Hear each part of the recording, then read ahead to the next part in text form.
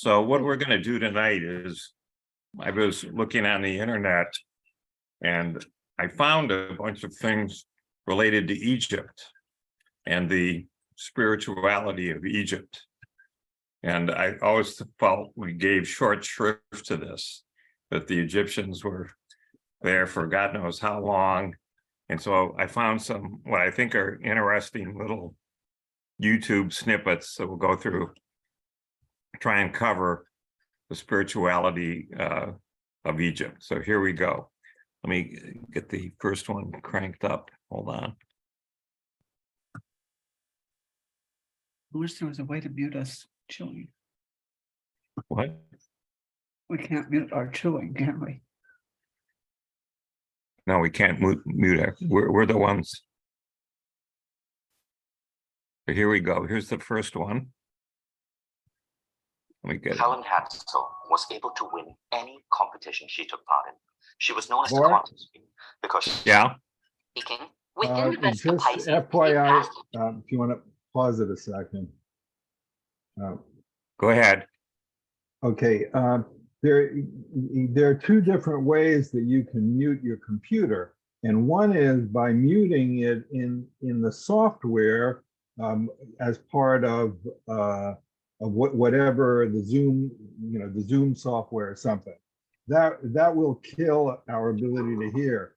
But you can also hit the microphone off button on your computer, which is up by the function key. Right, sure. And that might work okay for you.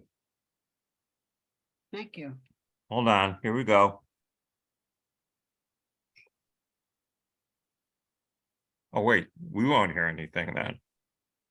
No, and not okay, you can These are I can mute the turn off speakers. Right, but you also have a button that typically looks like a little microphone with a line through it.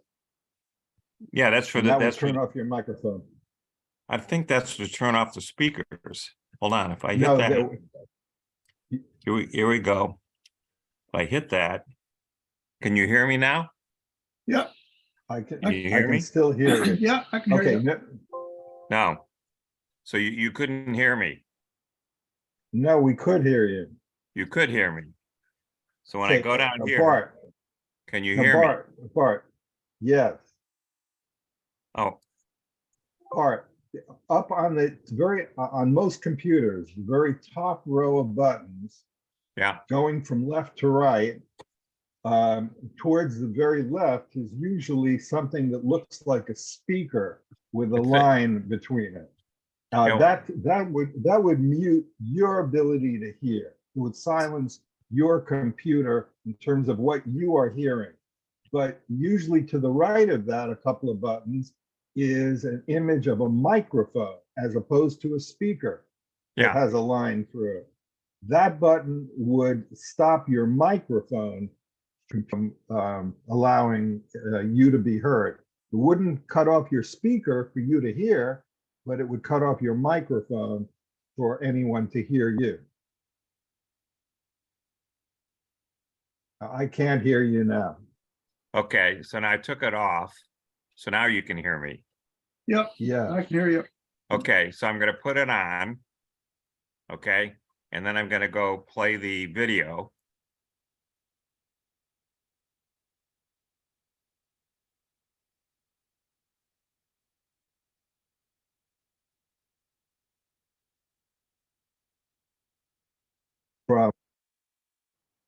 Well, no, we're not getting any sound.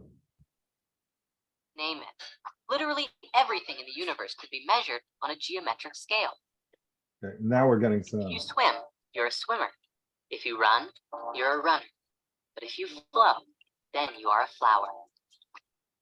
Everything in the universe is geometric, whether it's people, trees, cats, planets, solar systems, you name it. Literally everything in the universe can be measured on a geometric scale. Yeah. In this same way, we can actually identify that creation is also geometric. And what we're going to look at today is the pattern of creation and see if we can't glimpse the source of all things. You can hear it, right? Everything in reality is come out of this single pattern. I'm not making this up. This single image will change everything. It's called the flower of life, and it's said to be the creation pattern of everything in existence, even non-tangible things like emotions and thoughts, because this pattern begins with the subtlest vibrations of consciousness far beyond anything our current technology can measure, and extends through every possible frequency and into the physical material creation. It is said that there are 13 information systems that comes out of the flower of life, likely relative to the secret ancient Egyptian 13 chakra system, no doubt. Today, we're going to look at how the physical reality manifests, which is one of the 13 systems. It's also important to note that at first, this might not make sense. I ask that you watch with an open mind and try and see if this resonates with you. As always, have your own experience. Take what resonates and leave the rest behind. One more thing. By learning about sacred geometry simply by observing, you're absorbing only a very small amount of information. If you want to learn more, I recommend you draw it yourself. When you do this, you begin to see things in a new way. You begin to create new mental patterns and connect with your own higher understanding. Promise.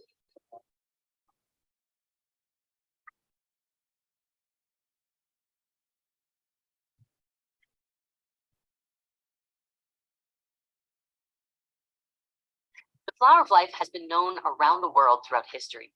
It was found in Ireland, Turkey, Israel, Egypt, China, Greece, Germany, India, and Iceland. It's also been recorded to be found in England, Tibet, Japan, Sweden, Lapland, the Yucatan, and about 14 other places. This thing is everywhere. Surely a pattern of such global significance must mean something, right? This pattern is called a flower, not just because it looks like a flower, but because it represents the cycle of a fruit tree. A fruit tree makes a little flower, which then goes through a metamorphosis and becomes a fruit. Within that fruit contains a seed, which falls to the ground and grows into another tree.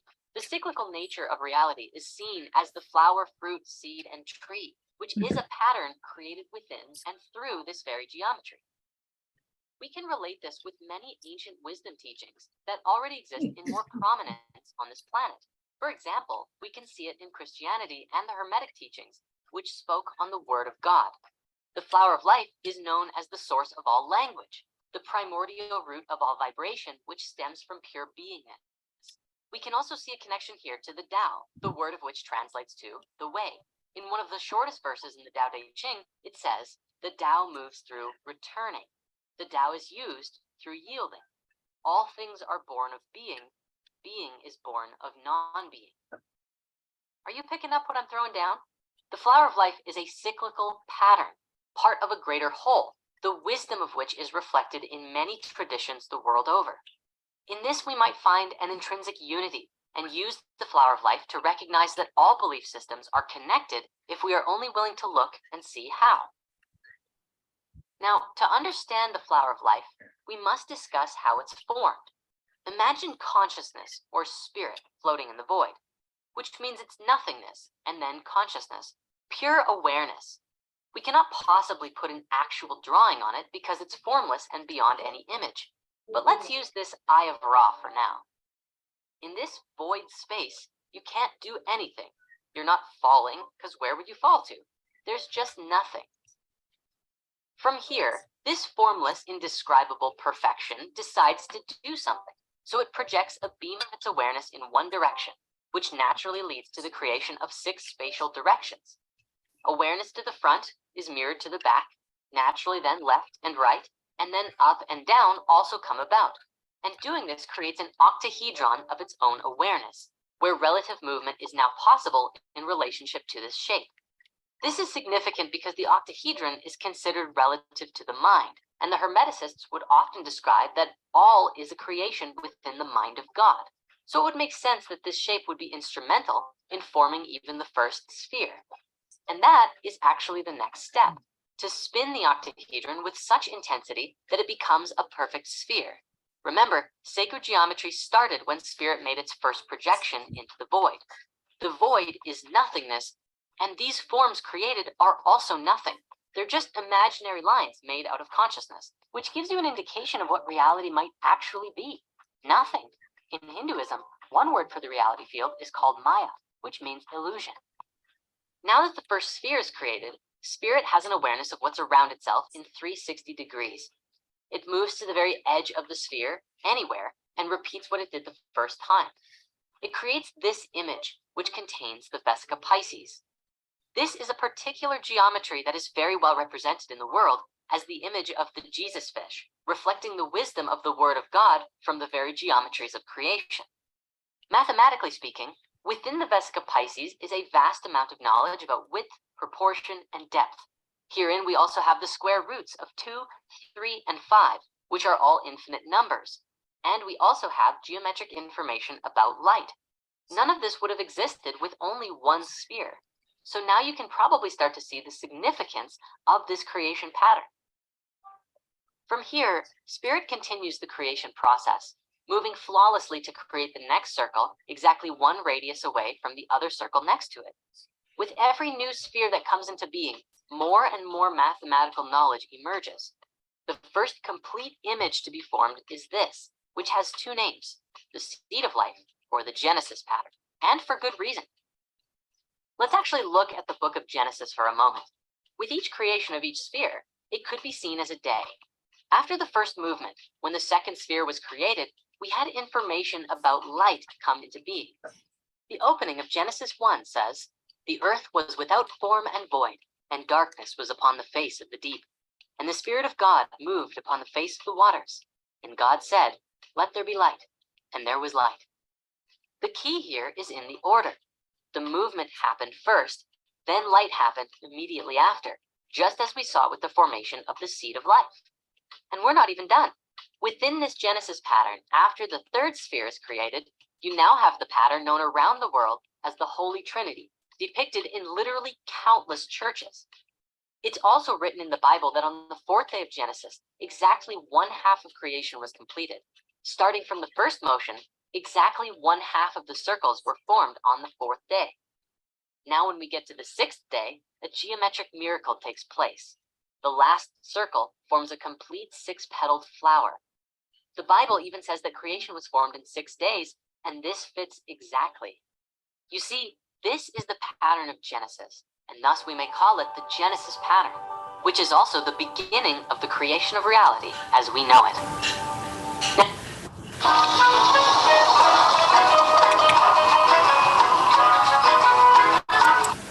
Now, as we discussed briefly, the pattern of the flower of life is a living one, not static. And so as you continue to develop it, the seed of life develops a tree of life, which produces a flower of life, and the fruit of life emerges therein. The tree of life is a very interesting concept known around the world by countless traditions, depicted sometimes as a tree, sometimes as a geometric structure, and sometimes as a collection of dimensions or worlds in which our physical reality is one of them. The tree of life is outside of any race or religion, and may be considered one of the oldest belief systems on the planet, describing how all of life and creation are interconnected as branches or roots of a great tree. And on that subject, I'll do a bigger video about this at some point, but for now, let's move on. Along with the flower, fruit, seed, and tree cycle, the flower of life also yields a 5th image, which is called the egg of life. This is a very significant form that is relative to your physical body. We discuss it in our spirit science video called Power of the Heart, where you can see how your very existence began with the egg of life when you were just a clump of cells in the Anunnaki test tube, your mother's belly. Check out our video called Power of the Heart to learn more. But for now, before we run out of time, I want to show you something really cool. Now, all around the world, the flower of life was most often depicted as being completed after 19 circles. Why that number specifically? Well, in biology, we have this protective layer that surrounds most eggs called the zona pellucida, which is like a protective boundary layer that functions for a time. And these bigger circles around the flower of life are like the zona pellucida of the flower of life. If we remove these and add the final missing circles, you get this, the fruit of life. It is said that this pattern of 13 circles is one of the holiest, most sacred forms in existence. It's called the fruit because it is the result, the fruit from which the details of the fabric of reality were created. Remember in our previous video about masculine and feminine energy, and how we discussed masculine energy moves in straight lines and feminine energy moves in curves? Well, this image so far is all curves, baby. But when you combine straight lines with these curves, you get a very complex image known as Metatron's cube. Metatron's cube is significant because it bears within it all 5 Platonic solids, which are legendary shapes discovered by the Greek philosopher Plato several thousand years ago. The 5 Platonic solids all have very specific characteristics by definition. First, all of its faces are the same size. Second, the edges are all about the same length. And third, it only has one interior angle between each face. What's more, when put inside of a sphere, all of the points will touch the edge of the sphere perfectly. With that definition, there are only 5 shapes that fit that description. These are the dodecahedron, the tetrahedron, the octahedron, the icosahedron, and the hexahedron. These 5 shapes were considered by the ancient alchemists to have an elemental aspect to them as well. The tetrahedron was considered fire, the cube was earth, the octahedron was air, the icosahedron was water, and the dodecahedron was ether. The sphere itself was voidness. This understanding of the elements are different than the periodic table we know today, but relate instead with the archetypal forces that reality was foundationally built upon. With that said, it is known today that the periodic table of elements is also relative to these shapes. In the 1980s, Professor Robert Moon at the University of Chicago demonstrated that the entire periodic table of elements can be related back to these essential geometries. You can read an article about it in the description if you're super keen to go deeper. You see, throughout modern physics today, along with chemistry and biology, the sacred geometric patterns of creation are being rediscovered. Another example is the egg of life that I showed you earlier, literally showing up in your intrinsic cellular structure from conception. Hopefully, this will help you to understand and witness the beautiful unity amongst all things. It doesn't matter what you believe, what religion you follow, or if you're strictly an atheist scientist. Bearing witness to the truth of this pattern of creation yields understanding that all things are connected by something greater than any of us can truly comprehend. Thanks for watching.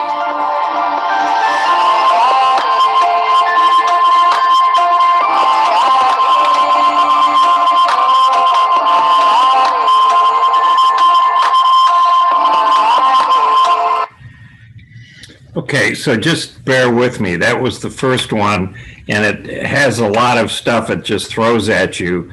And I'm just going to go to some of the other ones here to try and give you more context. There's a whole series of these things here. So the next one, yeah, I'm just going to scroll down here. Here's a different one. Let's see. Let me make sure I'm okay.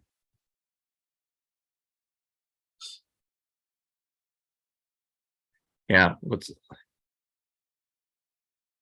Internet pricing without added fees. Almost as amazing as the internet itself. No router fees. Religious teachings once held to the belief that Earth was only a few thousand years old. With the rise and study of evolution and geology, a consensus emerged that our planet was actually millions of years older. By the 1920s, radiometric dating would lead to the current understanding that Earth is 4.55 billion years old. But where did the Earth come from? In the same decade, a Belgian priest named Georges Lemaitre introduced the Big Bang Theory, in which he theorized that the universe began from a single primordial atom. The idea received a major boost from Edwin Hubble's observations that galaxies across the cosmos are speeding away from us in all directions, as well from the 1960s discovery of cosmic microwave radiation. But where did the Big Bang come from? What happened before the Big Bang, which occurred 13.8 billion years ago? Someday we might know the answer. And once we have the answer, the next logical question will be, what came before that? Sacred geometry reverse engineers our method of scientific exploration. It does so by starting with the logical beginning of everything, which is nothing. Before there was something, there was nothing. The universe was without form and void, and darkness was upon the face of the deep. The first thing to come into existence was a point. Before anything could be, it has to start with a point. A point occupies no space. It has no dimensions. It's so small it can't be measured, yet it encompasses everything within it. You could say this point is spirit. And what is the first thing that spirit does? It becomes conscious. It becomes aware. 360 degrees of awareness in the vast emptiness of the void. The ancient Egyptians believed that this innate aspect of consciousness is what sparked the process of creation. Then what did spirit do? The only thing it could do, it moved. The first 3 lines of Genesis in the King James Bible. In the beginning, God created the heaven and the earth, and the earth was without form and void, and darkness was upon the face of the deep. And the Spirit of God moved upon the face of the waters.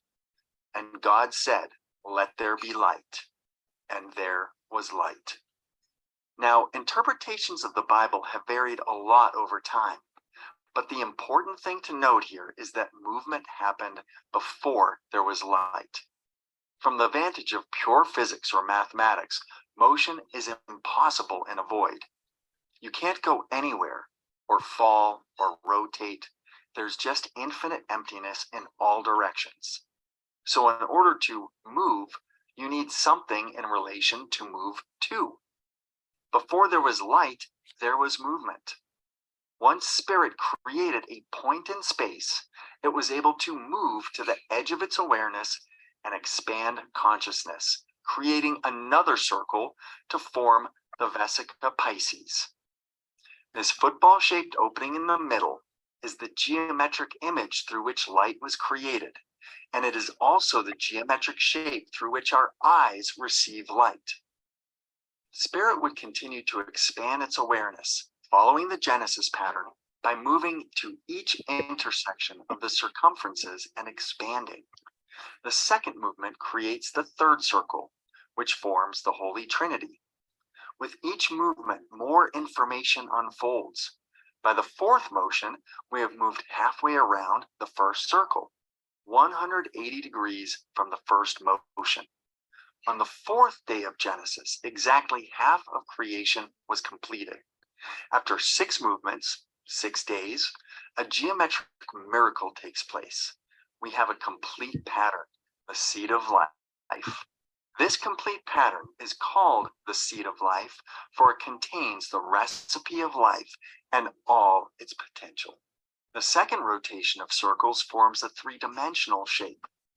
The ancients who were concerned with life and death called this cluster of spheres the egg of life. Your entire existence is dependent on the egg of life structure. Everything about you, from your height to your eye color, was created through the egg of life form. Spirit would continue this pattern with a third rotation. 19 circles produces the flower of life, a shape that is found in ancient cultures around the world. From China to Ireland to Egypt to India, they all had some notion of the flower of life. Why is this shape so special? Because the information hidden in the flower of life is so important and so sacred that our ancient ancestors had to keep it secret, which was appropriate at that time. However, now we either use the information or fall further into darkness. When the flower of life is extended out and all the circles are completed, the fruit of life is revealed. This is the secret. Out of the flower comes the fruit. The fruit of life is an entirely feminine shape. Curved lines are feminine. They represent formlessness and emotion. Once we add masculine energy or lines, the formless begins to take shape. This is Metatron's cube, and it contains the fabric of reality, because out of this shape, we get the Platonic solids. Platonic solids have faces that are all the same size, edges that are all the same length, angles that are all the same degree. And if put into a sphere, all points will touch the edge of the sphere. These shapes were studied in ancient times by the Egyptians, who passed the knowledge to the Greeks, where Pythagoras would study them, and later Plato, which is where we get the name Platonic. There are 5 Platonic solids: the cube, the tetrahedron, the octahedron, the isosahedron, and the pentagonal dodecahedron. Earth, air, fire, water, and ether, or prana. Each Platonic solid corresponds to a different element, and every element of the periodic table has a geometric relation to one of the Platonic solids. From the motion of atoms, to molecules, to viruses, to snowflakes, to the shape of sound, to the orbits of the planets in our solar system, everything stems from this basic geometric information system. And it all starts with spirit. Looking at ancient myths and religious teachings in a metaphorical sense, and less in a literal materialistic sense, will allow us to decipher the encoded wisdom and may perhaps serve to bridge the divide between spirit and science. As above, so below.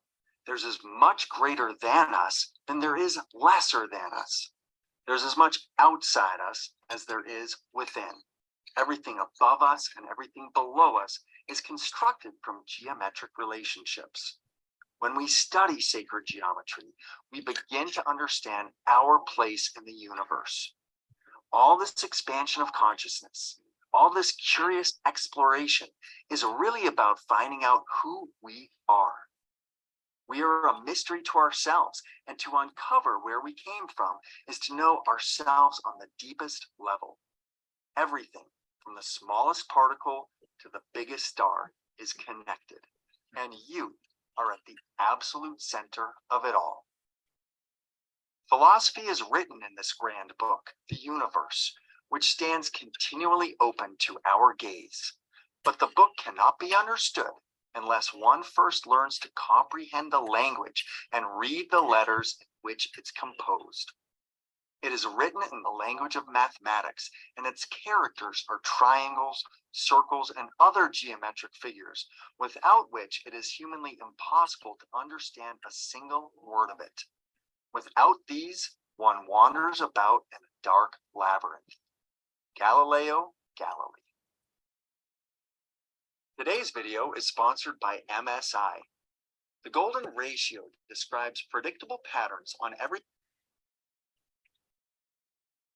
Okay, so it's kind of a repeat of what we saw there, but it's a little slower, and I thought it complemented it to get the point across.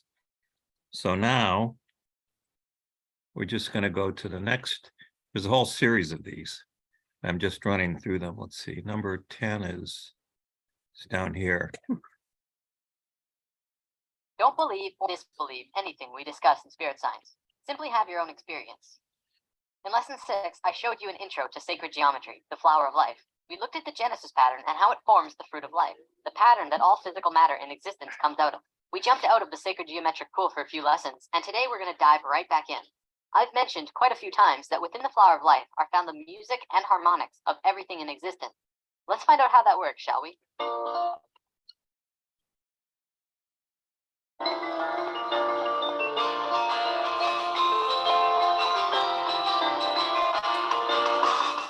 First, I want to show you phi and Fibonacci. It's important to understand for what we're going to talk about. I'll show you what you need to know to continue, and if you want to learn more in depth about these sequences, I will provide sources in the comments. Phi, also known as the golden ratio or golden mean, is a very simple relationship. If you had a rod and were going to put a mark on it, only two places would mark the phi ratio, which is here or here. The length of A plus B is equal to the length of C. This ratio is 1.6180339 and continues on forever. If you multiply the length of C with phi, it will create the exact same image, only bigger. C and D is equal to E. This ratio could then span on forever, going smaller and smaller or bigger and bigger forever. This ratio is infinite. It has no beginning and no end. It is also believed that phi is the mathematical root of all other sequences. See, every mathematical sequence in existence needs a minimum of 3 numbers to figure out the sequence. Phi only needs 2. It is the only one. Similar to how the circle and square are the source of all shape, but we'll get to that later on. The next thing that you need to know is that this ratio is found in all life everywhere. Sort of. By sort of, I mean it's really Fibonacci, but we'll look at that in a moment. Look at your hand. Not only does each finger have its own ratio moving up each finger, which is phi to the next bone, but it oscillates back and forth from the tallest finger to the thumb. You wonder why the human hand is like that? It's based on phi. This relationship is found throughout the body in various ways, moving up the arms and legs, in your face, throughout the entire body. This is a Greek statue that accurately represents this. The Greeks were very precise when they made their art because they understood phi, Fibonacci, and the importance of these sequences. When the Romans took over Greece, you could see the perfection in statues just completely disappear. I'm not saying the Romans were bad artists. They just didn't measure everything to the same caliber that the Greeks did. Here is the phi ratio in butterflies. You can see this ratio everywhere, from the wing size to the body to the antennas. They're all phi ratios. Here's dragonflies. It's the same story. Phi runs along the entire body and the relation to the body and the wings. Here it is in frogs. Phi is found throughout the body in relation to the head, to the arms, to the fingers, and so on. Well, what about fish? You'd think they wouldn't be found in fish. Well, here's 3 kinds of fish. Once again, the ratios are consistent. It doesn't just apply to these creatures, though. Regardless of what mammal, insect, avian, plant, or living creature of any kind, you will find this ratio one way or another. There's a reason for this, but we'll get to that in a moment. Let me show you the importance we used to place on this golden ratio. In ancient times, we built many structures based on phi because we understood divine proportion. This is the pagoda of Yakushiji Temple in Japan. It's built with these same mathematics, from the doorway to the ball on top of the temple. It is a structural embodiment of the proportions that all life holds. The Parthenon in Greece also has the exact same mathematical structure, but even more. I recommend watching Nova's Secrets of the Parthenon if you wish to learn more about this, because the stuff that they find is really cool. The Great Pyramid in Giza also has these proportions. They're incredibly precise, perfect in every way. You'd think that by building these structures using the logical and mathematical proportions so carefully, they would hinder the creativity behind these buildings, but they really don't. In fact, the left brain understanding all of this can even enhance creativity if used correctly. It makes me wonder about all of the world-famous buildings of the modern world. Could phi be a large factor in what makes them stand out? Let's move on to our next sequence, which is called Fibonacci. Now, the Fibonacci sequence is life's way of creating the golden mean. Allow me to explain. This sequence is continually made from adding the previous number to the current. 1 and 1 is 2. 2 and 1 is 3. 3 and 2 is 5. 5 and 3 is 8. You can see how it continues. Now, what most people don't know about Fibonacci is that it actually continually strives closer and closer to the phi ratio. By dividing the current number into the last, you can see this happening. 1 into 1 is 1. Well, that's not close at all. 2 into 1 is 2. This time it's over 5, but closer. 3 into 2 is 1.5, which is under, but closer still. 5 into 3 is 1.666. This time it's over, but even closer. Continuing with that, it's 1.6, and then 1.625, 1.615384, 1.619048, and so on.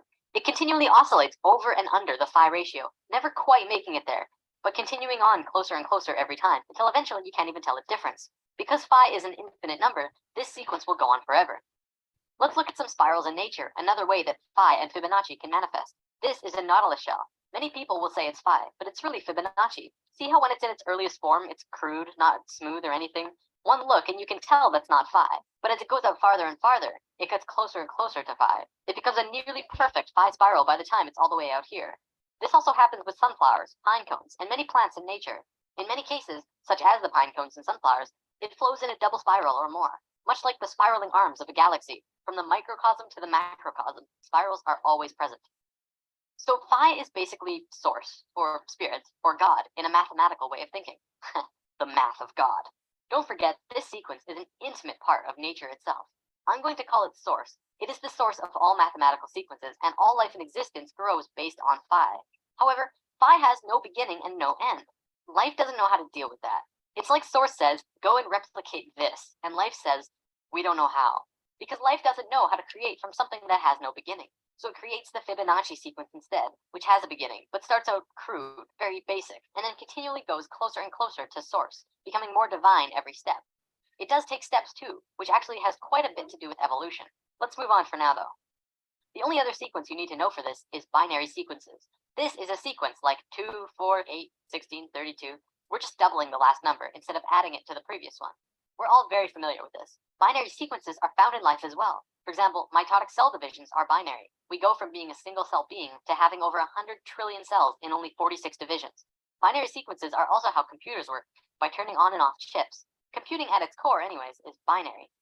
Okay, let's move on to something different for now, but what we just looked at will reveal itself in time. This is how a polar graph usually looks, with 36 radial lines in 10-degree increments representing the 360 degrees. Then, concentric circles are drawn, each with the same distance away as the last, creating 8 equal demarcations as the one before, counting the inside circle as 1. Think about what this represents too. It's a two-dimensional drawing of a three-dimensional sphere, one of the sacred forms, by projecting it onto a flat surface. This is also called the shadow form, and casting shadows is a sacred way to obtain information. Also, a polargraph has both straight, male lines and circular, female lines, both male and female energies interacting at once. If you plot a golden mean spiral at 0 degrees on the polar graph, it will loop all the way around before hitting 0 again, exactly at the 8th circle. You'll find that this golden mean line crosses 5 specific places as it goes out. These places are where the female circular lines meet the male lines.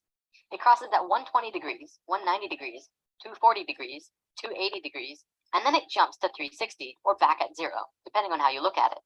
What's interesting about this is that it creates both a binary and Fibonacci sequence. Looking at the radial increments from the center, it crosses at 1, 2, 3, 5, and 8. Well, that's Fibonacci, but it also crosses at 2, 4, and 8. Well, that's a binary sequence. We're going to look at the binary sequence in particular, though, because what you find is very cool. If you draw lines from the outermost circles on the lines where the binary sequence was formed, you get this image. It is an equilateral triangle. If you continue the spiral outward, it would continue to hit these exact same places and continue to form larger equilateral triangles. Let's divert yet again to look at something very interesting. There was a man named Keith Critchlow who discovered something very important to understanding the geometry of music. First, he drew a straight line through an equilateral triangle, and then he measured from the middle of the center line and drew a straight line up to the top edge and back down to the bottom corner. Then he did the same, but passed through the center line of the top and back down again. He did this yet again on the other side. You can keep doing this on either side as well. By drawing this funny little form, he discovered something of great importance. He writes, continuing in this way, each successive proportion will be the harmonic mean between the previous proportion and the total length, and all of these proportions will be musically significant. 1/2 being the octave, 2/3 being the fifth, 4/5 being the major third, 8/9 being the major tone or step, and 16/17 being the half tone or step. In other words, he discovered the geometries of music, or at least one aspect of them. Then he tried measuring it in a different way, starting at a different point of the center line. At 3/4, he found the measurements were 1/7, 1/4, 2/5, 4/7, 8/11, and 16/19. All of these numbers are musically significant. This is very interesting. It means that the harmonics of music are somehow related to the proportions of the central line moving through a tetrahedron. Back to the polar graph, you can see that this drawing has a much greater value all of a sudden. Not only that, but it becomes even easier to make your measurements thanks to the polar graph itself. You can just draw a straight line through the drawing on the graph, and it will give you the center line. This information has been taken light years beyond what I just showed you, though. A research team found that you can draw these lines not only from the center, but from any nodal points inside the upper half of the triangle, and you'll come up with all known harmonics in existence. Basically, this means that anywhere the straight line and curved lines on the polar graph cross from 0 to 120 degrees and start making the pattern, you will come up with all known harmonic systems. Not only the Western keyboard, but the Eastern, and even many unknown systems that have never been used. As I'm not a musician, there's not much more I can show you related to this, but I would love to see what a musician could really do with this knowledge. How far could you take this? Alright, I'm running low on time here, so I'll wrap up with this unraveling. Remember when we talked about spirals in nature? They often travel in twos. Usually this is male and female. So on this polar graph, if you're going to copy nature, you don't just plot one spiral, you have to plot two. When you do that, it gives you this image, which is a star tetrahedron inside of a sphere. We mentioned this in lesson 7, and this image is more commonly known as the Star of David. Do you remember the face on Mars? NASA obviously tells us that it's just a random formation on the surface of the planet. But right next to the face, there are also a few pyramids and other anthropomorphic structures. I know what you're thinking. Why on earth would I bring that up all of a sudden? Well, Richard Hoagland and his colleagues have spent a long time researching and deciphering a message on the surface of the red planet. Want to know what that message was? It was a star tetrahedron inscribed in a sphere. Holy balls, right? There's a link in the comments to a page with all of this information if you want to learn more. It's pretty crazy, and very eye-opening now that we have this information about what this really means. Inside the star tetrahedron, another one fits perfectly. We can continue to put more and more star tetrahedrons inside or outside of the other star tetrahedrons, the same way the golden mean spiral can wrap around the polar graph infinitely big or infinitely small. You'll notice that this smaller tetrahedron also happens to fit perfectly around this sphere. Well, check this out.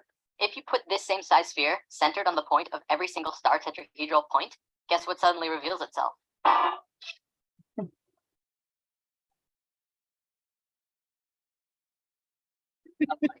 It's back. According to the Egyptians, as well as the Ascended Masters, this is one of the holiest, most sacred forms in existence. Of course, we already learned one of its informational systems in lesson 6, and what you just saw was the second, only in reverse order. What this means is that all of the information of music, harmonics, sound, and spirals come out of this image. Not only that, but light and the dimensional levels work in the same way as harmonics. which we've already discussed in lesson 2, 7, and 9, meaning that the geometric information about light and dimensions are also related to this star tetrahedron pattern. So just briefly looking at this image that we looked at in lesson 7, this is the fourth unraveling of the flower of life. It is an infinite spectrum of never-ending fruits of life within more fruits of life. This is the unraveling of dimensions, so it makes a little more sense now, but I won't have time to show you anything more today. So what you just saw was the second unraveling from the third rotational pattern of Genesis, the geometry at the heart of creation.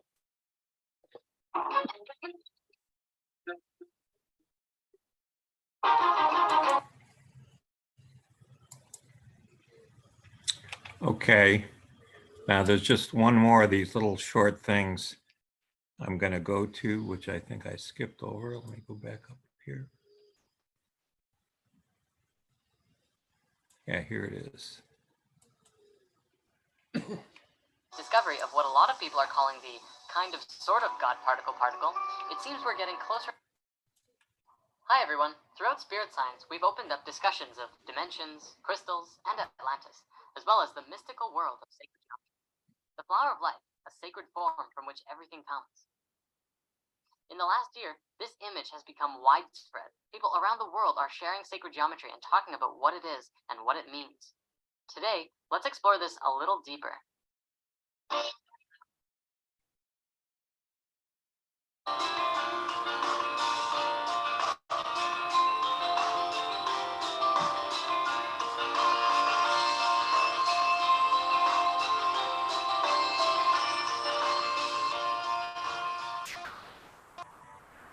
In the field of quantum physics, we have now verified this to be the structure upon which everything is built.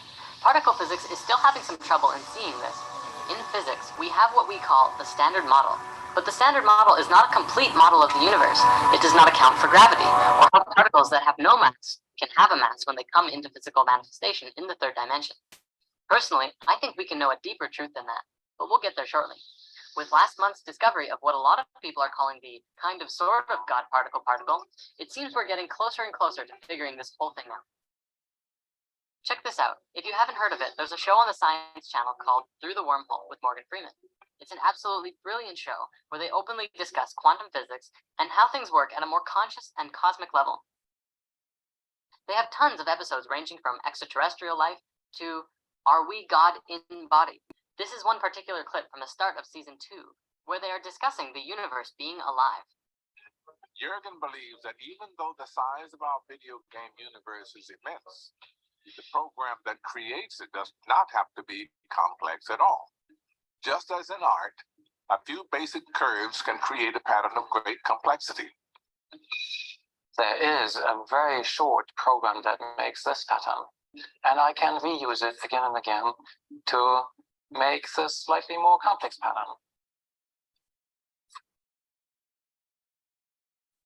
Only very few of these circles are used to define every little detail of this drawing, which means that the final drawings, this one here, can be encoded by a very simple program that can be written down in 3 or 4 lines of code. The entire universe is nothing more than a pattern of atoms. So if we could find a simple program that recreates that shape in a simulation, Jurgen believes we could understand all of physics and the entire history of the cosmos. So if we have this short program that computes this universe, then of course we could replicate every single event that ever happened within it. Especially would, in principle, be able to figure out what exactly happened during the Big Bang and then afterwards. From the quantum physics, we can see that this pattern is fundamental to our biology. We've even seen videos and images now showing that your physical manifestation into this earth reality, into your body, moves in the same pattern that the universe is formed through. You are the genesis of creation, and you are capable of tuning into it. I want to introduce the template. A beautiful team of light workers in the UK have been doing their research and putting together videos that show a 3D geometric program that helps facilitate the activation of your higher strands of DNA. We're going to show you a few clips from it and highly suggest you check out more of their work, as well as their website. The following is an alchemically coded ceremonial experience embedded in film as a visual, audible, interactive event. Watching it will result in the reconnection of 12 circuits of life force permanently, re-embracing your field of awareness into the holistic space-time continuum electromagnetically. Functioning upon the laws of resonant harmonics, these codes reconnect the energetic delivery system that downloads a holistic virus of source consciousness. This divine directive enters the human biocomputational field and initiates the collapse of programs that are reliant upon the synthetic mutant matrix, activating a disassociation from the predominant dualistic ideology of prejudice and separation, initiating an altered brain chemistry that informs us that unity is the superlative human state. Keep your eyes open. Allow the coded visuals to imprint your DNA. Allow the integrity of the sonic spoken code to resonate with the receptors in your cerebral cortex. Resound the spoken code within the spaces left for you to speak, to add your voice to the revolution to evolution. When it is ended, it will begin. Seek a peaceful space, enjoy, integrate, transform, celebrate.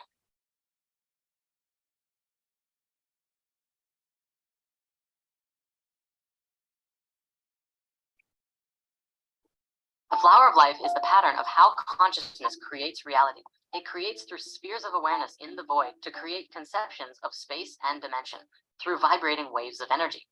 This energy is the original consciousness field that is interacting with itself by expanding its awareness within as well as outside of itself. Every time it expands, it can go deeper in understanding what itself is by experiencing itself and creating something new. From the flower of life manifesting, there are 5 basic structures that come into manifestation first, which are the elemental forces of energy. From there, they continually fractals into smaller and smaller aspects and variations of each other to create, more specifically, the details of the reality. The important thing to remember with this geometry is that you are it, and it is you. It is everything in the universe, which includes your consciousness. Many of you out there might see this and say, oh, that's cool, but not really know how to integrate it into your being, knowing, and everyday life. There are a few ways to do this, and if you really want to understand, do all of them. The first thing you can do is get a compass and practice drawing it yourself. Try a number of times to connect different points to each other and make different shapes and geometries. Every geometry has a meaning. A good example is the 5 platonic solids we've discussed before. Every shape has a relationship to the 4 elements which structure the universe and the 5th element of life. And yes, the movie, The 5th Element, was all about that. Go watch it again. You wouldn't believe the symbolism in there. Of course, continue to learn about it and allow the information to flow. Test its resonance against your heart and see how the information feels. Drunvalo's The Ancient Secret of the Flower of Life books are very deep and have a lot of information as well. And we have links to them on our website, or even better, check out Drunvalo's website. Besides those, my favorite way to get into the fleur de life is to play Helixale. Helixale is a game developed by David Beeler, a very amazing being in Asheville, North Carolina. Helixale is a game of creation and expansion of ideas, and demonstrates through the flower of life how all things are connected. The way you play this game is by creating a flower of life pattern, or even just a seed of life, and begin to explore the connection of ideas. If the universe is thought, then this should be a natural progression. In the first sphere, in the middle, start with the first thought, which can be whatever you want. You can connect it with a question if you're trying to find out something, or try and find a much broader picture of that simpler idea. For this demonstration, we're going to start with spirit, as it is the title of our show. And then we find connections based on that original word, spirit. Consciousness connects with everything. Creation could link with evolution, change. And finally, all of these together can create experience. Remember that there's an infinite number of possibilities as what gets written here. And as long as it feels right, keep going with it. Then we continue. Life and consciousness breed humans, us. Human consciousness is connected to source consciousness. Source and everything are energy, which creates a balance with creation. Creation and balance means that there would be two, and two Creation and evolution makes for movement. Direction comes out of evolution and movement, which leads to purpose. Purpose and change create obstacles, which leads to furthering our knowledge. Through knowledge and experience, we get wisdom, which through life breeds understanding. Humans' understanding is deep. Deep within the heart of our human spirit is a flame, a light that never goes out. It can appear in our ambition, and which, with a lot of energy, can move rapidly. Rapid energy yields high frequency. This can yield harmony and flow with the balance of the poles to create a dance. Pole shift comes from the movement of the poles through a dance, which of course brings us ascension. With the direction and ascension, we create a new earth. We're almost done. Our purpose and direction in the new earth is to create and heal. Let's write healing. With our healing purpose, there can be some obstacles which manifest as challenges, and we can hold fear about them. But it's okay. With our knowledge we acquired, we create breakthroughs for ourselves and empower us to use the wisdom and understanding to become a master. Wasn't that fun? Try that on your own, or even better, try it with a friend or multiple friends. Take turns making grids together back and forth to further connect your minds and ideas that you have. Playing this game can completely change the way that you see yourself and the world, and how we're all connected even further. So you can use it for science and for games. We also, of course, want to give all of our love and support to our friend David, who put this game together. He's also crafted these beautiful helixolay boards with some instructions, some markers, and a few other special pieces to the game. Okay, so what we have here is a series of videos, and they're all taken from a couple of books by someone named Drunvalo, D-R-U-N-V-A-L-O, Drunvalo Melchizedek. Now, he actually changed his name. He had a anglicized name, and he was working at NASA, and he decided to change his name to Drunvalo Melchizedek. And he's written a bunch of books on the flower of life, which is where these videos came from. And what I'm going to do here to just take you here is, this is an interview of him, so you can see who he is. And hopefully this will put the stuff together a little better than, you know, the 4 videos that you saw. The book is readable. There's several books. Let me get out of this. Usually you'll know how to answer Hold on them or one do sec. your Google Hang.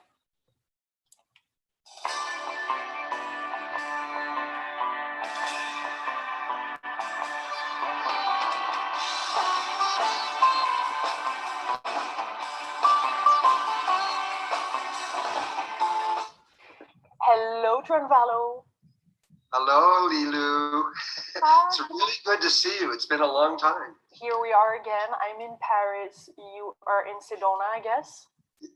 Just outside a few feet. Oh, how wonderful. We met in person. I remember in 2011, that video went around the world where I was sitting by your side on the red rocks with my cowboy hat. And we had this wonderful conversation. And it's been a while. I haven't spoken with you, and a lot of people are wondering, what is Drunvalo up to? So this is kind of a blessing for us to have some news from you and hear how good you're looking. You're looking really good. How is life? I'm happy. Everything is going really good. I'm old, but it doesn't matter. My body is like perfect. I don't have any problems or anything, so I'm happy. Yeah, you're totally shining. A lot of light. I can see a lot of light here. So I've heard of the School of Remembering and the beautiful project that you're putting together, and that you're not so much now doing some seminars in person. But I would love, before we get into this topic, what are your latest discoveries? Like, just to get the full big picture of the kind of information we're talking about here.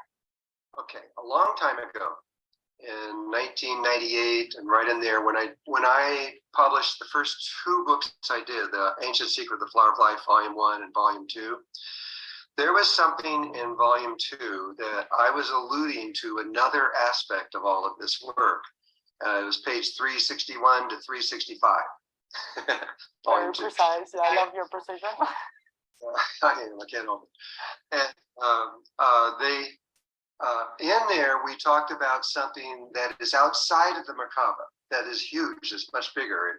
There's a big sphere out there that's about roughly, depending on your height, about 60 feet across in diameter. And there is other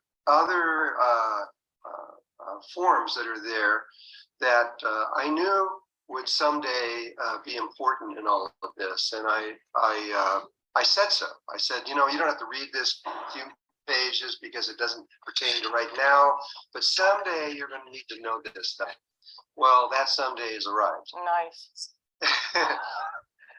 And what I was waiting for was the world to catch up, because I knew that that this information, when it was released, it needed the scientific world behind it. Otherwise, the world would think it was fantasy. They wouldn't believe it. Well, it's taken a long time, but they're now here. And in April, I went to a scientific meeting with about 40 primary physicists and mathematicians, etc. In where was I? Albuquerque. And after I came out of that, I knew that they were definitely arriving. And so I got excited. I got so excited I couldn't even hardly stand it. I did a silly thing, I guess. I went home and I laid down in bed to think about it. This sounds silly, but I laid there for almost 2 weeks thinking about it because it was so huge. And finally I came out of it and I said, okay, I got it. Let's do it. What was so exciting? The quality of the scientists there agreeing into your view of life, or what you perceive and what you know, or? No.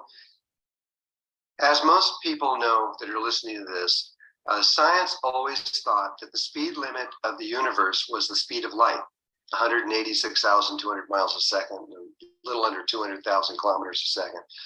And that sounds fast. But when it's all relative, everything is relative. And so fast is relative only to the size of whatever you're going through. Well, the universe, we now know, there's other people who have different sizes, but this is a conservative one, is 13.4 billion light years across. So that's how far light can travel in 1 year at that speed, and then 13.4 billion times that.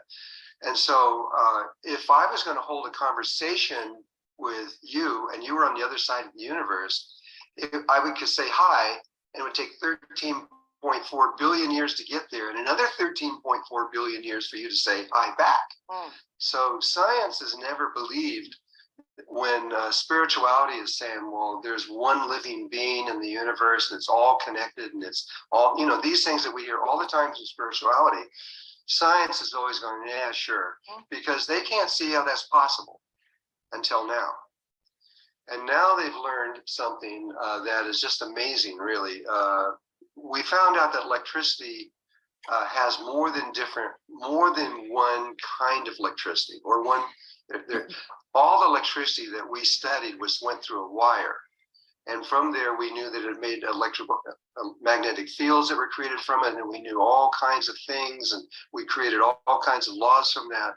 But there was only one person that was studying it not in a wire, and that was Tesla. And Tesla discovered something that we're just now beginning to understand. That when electricity is not in a wire, when it's in the universe and it's free to do whatever it wants to do, it can move from one end of the universe to the other in zero time. Not even a little tiny bit of time, like nanoseconds. It reaches and it doesn't just go from point A to point B. It reaches the whole universe, bigger than we can see, and all the way down into the microcosmos, beyond what we could see there, all the way up, instantaneously through the whole thing. This changes everything. Absolutely everything that we know has been altered dramatically at this point. And I could go on for a long time about all this, but Tesla had many applications of this. No, did he do time travel and all kind of things? Well, I don't know Tesla's life perfectly. I was studying mostly what he was doing when he was in the Philadelphia experiment, and that's where they were trying to go interdimensionally with a giant ship and make it invisible. And at one point, they didn't like the government didn't like the direction that Tesla was going, and they just killed him. and put somebody else in there. And so we lost. He was probably in terms of electricity, he was probably one of the smartest people that's ever lived. And but now what science is coming up with is so. We have discovered that there are anomalies through. I knew this even when I graduated in 1970. I knew then that physics was just full of holes. It was just so bad that I was embarrassed to even be part of that, because I knew that there was going to come a day when they're going to have to take everything they knew and throw it out and start over. That day's now coming. It's happening right now, and all the things that we've come up with, special theory of relativity, quantum physics, dark matter, black holes, the Big Bang Theory, all that, it's all going to go. It's going to be everything that especially the public knows about science. It's all going to be thrown out, and it's going to be replaced with a much, much simpler understanding that will explain everything that we know in ways that we didn't know. But those physicists, what I was clear when I was working with them, they were going through the scientific method. They were slowly having to test each little thing to get where they're going. When I saw where they were at, I knew exactly what it meant, because I had a huge advantage over all of them. I knew Merkaba science. I knew what was behind, what was generating all these things. I could see the two just matched perfectly. And from there, I was able to understand how a human being could do what the big things were doing out there in physics. We could actually do the same thing. A single human being could connect with all life in existence simultaneously. And we're not talking here in a near-death experience, because we often hear that when people go into a near-death experience, they're connected to all-knowing and to everything. Tell us more of the implications here. Any human being riding a bicycle down the road could be connected to the entire universe in beta, not in any other form, not with any kind of drugs or any kind of anything. You can do this just through breathing. And so we're now putting this into a workshop. We've done 3 of them. We'll do one more in December. I think it's December 1 through 5, I think it is. And that one's going to be streamed out to the world. So if anybody wants to hear what it is in detail, they can. But they have to have had the not necessary knowledge, or they won't be able to do it. We've already seen right. that. But each time, like when we spoke, it seems quite complicated, the technology to get there, and it's and you share it in your books and in the seminars. But isn't that getting a little bit lighter now and a little bit more approachable and easy This is something that a human being, if they just sat down and studied for even 1 or 2 months, could actually make this leap into the whole universe. And it's the most exciting thing. I mean, when I was in studying the original, what was in those original first 2 books, that was in the late 60s, early 70s, and I was going through basically a revelation at that time, and I was just practically bubbling off the ground. I was so excited for years. And then that kind of faded away as all this became normal for me. But now I'm right back there again, because I can see that humankind is about to make a leap so huge that I don't even know where it's going to go, but that we are not going to be the same very, very soon. I don't think we'll even make it out of 2015 before we're going to be a transformation is going to begin to occur. This is incredible. What it is, so you know, specifically, is what was originally discovered in 1908, and then was lost because they didn't know what the heck he was talking about. And then it was discovered in 1969. I forgot who the man's name was. He discovered it in 1969, and they quickly realized that it was Birkeland who had discovered this in 1998. So they're now calling it Birkeland currents. And Birkeland currents move across vast distances. It doesn't even matter how far. The distance doesn't matter, and the time is always 0. And so that means that the whole universe right now is in communication with the whole universe.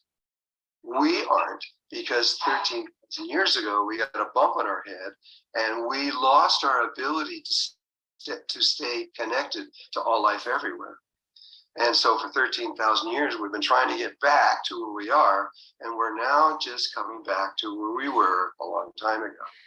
And we are now in position to be able to reconnect to all life everywhere. This is like, I don't know how it's, What is I it don't know how- like? Are you living it right now, Drunvalo? I've learned how to do it, but I can only do it for short times. How long? And so now, for maybe 15 minutes to 20 minutes. But I guess what you're living in when you're in that space, it's not the 15 minutes. The time is not the same anymore. It feels like a very, very long time. And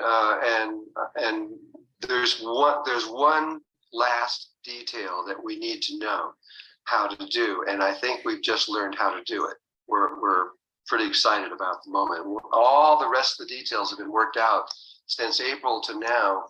There's been lots of things that we had to understand and be able to live them and breathe them. And each one led us closer and closer to this whole complex. At this point, we have one last little detail to know. And that's what all science is trying to understand. But again, they don't have the advantage that we have. If I had all the drawings and graphics and everything, you could see why we've been able to make really big leaps that they're trying to figure out really fast, because all this that's going on out there is all Merkaba science. And so why certain things are occurring and that what they're seeing, they're just trying to figure out why. And yet you put it in Merkaba science, you go, oh yeah, of course, this is why. Here's the sacred geometry behind it, and this is what is going on. It's obvious. And so So it's exciting because the science is finally meeting spirituality. yes, they are, and that is what I've been waiting for my whole life. I know. Is science and spirituality to come together, because then they can feed each other and they can go, both of them can go beyond both of their problems. This is big because, I mean, all the religions, they all know this, they all say this, but they can't do it. And they don't know how to actually make these transitions. And so this is going to help.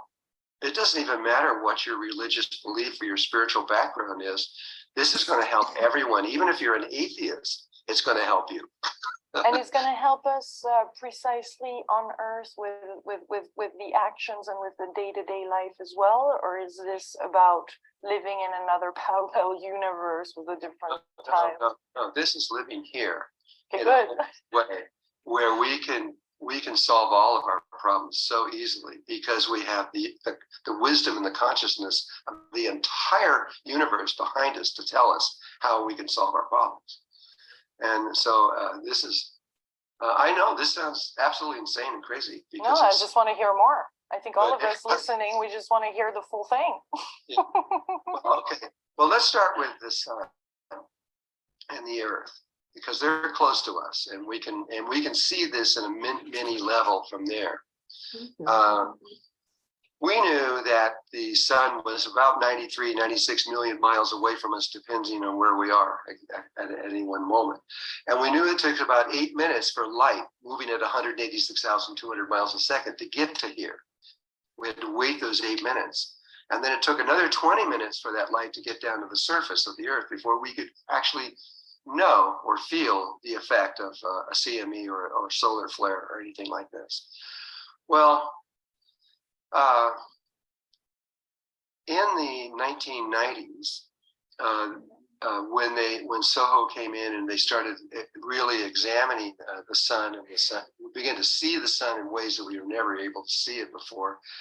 I have a good friend who's an astrophysicist. I'm not going to say his name, but he was working at one of the major labs in the United States, and they realized that when there was not when there was a solar flare, but when there was a CME, a coronal mass ejection, it's usually at the north or south pole, and a huge opening happens there, and massive amounts of matter and energy comes out, that they were able to receive that energy and the mass, which can't travel in those kind of speeds. They could receive this whole complex of energy at the sun instantaneously. And they couldn't explain it because the physics that they had wouldn't explain that. How is that possible? And but all they could do is mark, well, it's here instantly. Our instruments show it, and they can also see that there's lots of forms of bacteria that would also receive it. They would start going crazy instantaneously when the CME would open up. So they could see it not only in with instruments, they could see it with living things, could be able to sense this impact on us at that one moment. Now, what would happen right after that is this, and what we now know, it's an electrical current. It's a very strong, powerful electrical current coming from the sun to the earth in zero time. And then the earth would respond to that. And she would go, this impact would go inside of her. And then there would be, and it's actually tubes within tubes of what science knows. There's 3 tubes, one coming this way, one going out that way, another coming in this way. And then she would respond with a huge impact of her own energy going out back to the sun. And when it would, that's when we would see the aurora borealis, or the aurora australis, north or south pole, with all this beautiful plasma field would come out. And what's happening is the electrical current that she's sending back to the sun, it passes through water, which is the key to the whole thing. And when it does, the water superheats the electrical current, and so as it's coming out of the surface of the planet, there are there's matter that's in space around there, and that matter gets pulled to the electrical current, which then forms, which the superheat basically melts the matter and turns it into just to proton, electron, and neutrons that are not in molecules or anything at all. It's a neutron, proton, electron soup, and the electricity and the heat of that lights it up, and you see these beautiful lights coming out the north and south pole of the sun, and that is Birkeland currents and plasma fields. And so is almost every single thing we see in the universe. That's all it is. And every single thing that we could try to explain by making up ideas like dark matter and everything else like that, it can be explained simply by this one phenomena. And what it really is on a deeper level, it's cosmic tantra. It's the sun making love with the earth, and the earth making love with them.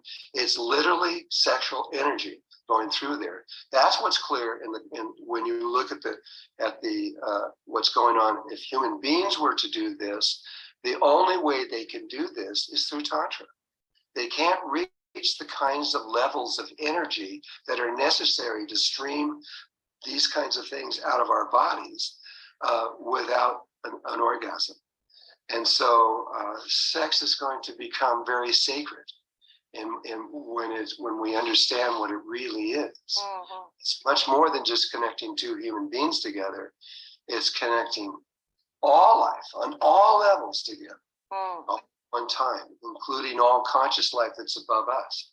And so we're in for an amazing time here. Yeah, you've been saying that for a while, but actually making love or creating planets in the universe. I know. Now we can define it scientifically. It's a whole nother thing, because now you have the world beginning to understand on a physical level, and physics and mathematics begin to understand how the universe exchanges energy with itself, which is all through sexual energy on all levels. But is it because we know it that it's more accessible now, or because a certain number of people aware of this, it's going to be more accessible? I mean, There were people who knew this, but in my research around the world, there were only 2 groups in the world. And one was in South America, in the mountains again. I've talked about them, the Kogi, the Arawakos. They totally understand this. And also the Tibetan Buddhists. They also completely understand what we're talking about. If they're listening to me right now, they go, oh, the rest of the world is finally catching up with them. But There's different ways to access it. You're teaching one way. 3 ways that we know, because that's what we could see. You can use the cosmos to understand what's To possible. map it out, yeah. Yeah, and there are 3 ways that the Birkeland currents move out of planets or stars or galaxies or huge bodies. It is a single stream running out of pure electricity, and that is one possibility. So if you see like a galaxy, which looks like it looks like a Merkaba, because it is a Merkaba. We could see this in space everywhere. You see these single individuals coming out. But within a human being, if a human being was going to do this, within a human, we are both male and female. Mm-hmm. We're not just male or just female. That's called death. If you go into either one of them, you die. But we're a balance in between ourselves. So we have those polarities within us. And so we can, within ourselves, and with our own lovemaking within ourselves, we can find the balance within these things and stream Birkeland currents. But you can also do this with 2 people, a male and a female. And when that happens, that's sacred tantra. That's what all over the world they've been doing for years and years, for thousands of years. And but with sacred tantra, you can link your energies together. And actually, it's more complex. We have a biomagnetic field around our body that's out about 4 feet. And these biomagnetic fields link together and pull you in together, just like you would if you put a magnet on a refrigerator. It links. You can't even pull it apart. It links you really close together. And at the moment of orgasm, I can't explain this all because it's really complicated, but the stream goes up about 30 feet above your head to another sphere you have there. And as it does, the 2 energy fields wrap around each other. They wrap like a coil going up. They get as close as they can, and also going down out to the bottom. And when they get to the top, if you could see the sacred geometry, around the top of our big sphere that's out at 60 feet or so is an icosahedron and a dodecahedron. An icosahedron is water. It is water. It's one of the elements. And a dodecahedron is chi, or prana. And the cap that is above it is just pure water. So the tube that goes up links into water. And as electricity moves up through there, it moves through water, superheats it, and you'll see plasma fields going out about 30 feet above and below a human being. This is the last step that we're trying to get the plasma. We can stream electricity. We're trying to get the plasma, and that requires an understanding also that the physics people don't understand. They have the right knowledge, but they don't know what it means. And these are toroidal fields that are around the body that this energy is moving through, and the toroidal fields. There's a man named Arthur Jung, long time ago. He's getting old now, but he's still alive, I think. And he figured out that there are 7 regions on a toroidal field. If you'll take like a donut, that's a toroidal field. There's 7 regions on there that perfectly fit together. It's like if you took 7 pennies or 7 coins of the same size, put them on a table and squeeze them up around them, you'll see that one's in the middle and 6 will be around them, and they'll be perfectly touching each other. That's exactly what this does. But they don't, but it turns as it goes, it keeps making these turns. And when you turn in a toroidal field, you're going interdimensional. You're slightly changing the world when you do that. So what we found is when you put electricity into Arthur Jung's map, it goes in, and as it turns, it keeps amping that electricity up higher and higher and higher and higher. And when it comes back, instead of making the same circle, you now have a very high amount of potential in electricity there. And then at that moment is when the orgasm goes, and it takes that orgasm and it shifts it into this just huge amount of electricity. We're talking about like seeing lightning bolts go out of a person. And this is where Tesla was trying to go. He didn't quite figure it out. He didn't quite have he didn't have the cosmic knowledge that we have now, and he didn't have the supercomputers and things that we have now to be able to prove these things. But he was a smart guy, and he was almost there. He was almost figuring it out. And so that's what we're doing right now. We're figuring it out. And also, so I guess it has some implications on the healing as well. It explains instantaneous healing, or some people with all the healers around the world actually, yes. What I think is going to happen, I don't know this yet. I think that we will completely heal ourselves of everything. It will bring us back. I think we won't have to eat food or water. There's a lot of things I think, because the prana alone, the levels of prana that we're bringing into our body in this can easily sustain us. We don't need anything. Because prana, I can show how prana can create every single molecule in existence. And so if we can get enough prana and live on prana, which this would do, we would become, humankind would become something different than what it is now, and a lot more intelligent, because we have a supercomputer brain of the universe feeding into us. Yeah. We would be very different, and maybe I won't make it, but maybe I will. Yeah, you're looking good to make it. We all do. And so what is preventing this happening, or what is preventing this tipping point, or what is preventing the world to access all this, really? Because I guess there are some forces, or there's some other thing holding it down that is. Okay, on governmental levels, and including the United States government, all around the world, when they first discovered this in 1969 and began to understand that, by 1972, I would say, they knew that what this was going to be the biggest thing that humankind had ever even came close to. And they made it illegal. They also did that with alpha waves at the same time. They also understood that a study of the alpha waves makes us a superhuman being also. And actually, you have to use both of those things, Birkeland currents and alpha waves, to be able to achieve this level of consciousness. But so what they did is, they didn't actually pass a law. They just said everywhere, nobody can study this. Of course, they did. The governments did, but they didn't want anybody else to, or universities or anywhere else to study this thing. And so they made it so that you just couldn't get funding. If you wanted to get funding, you couldn't get funding. And so for a long time, it just was impossible. But then the knowledge became so great, and it was so obvious to so many people that were in physics and mathematics and engineering and these kinds of things, that they all began to come together. And they all began to prove things that were way beyond what we know now. And they came together as a group, and it's called the Electric Universe. And so if you want to go onto the internet and connect with the electric universe, you can get all this mathematics and everything else, and begin to understand what this is all about. And so this is this is going to happen.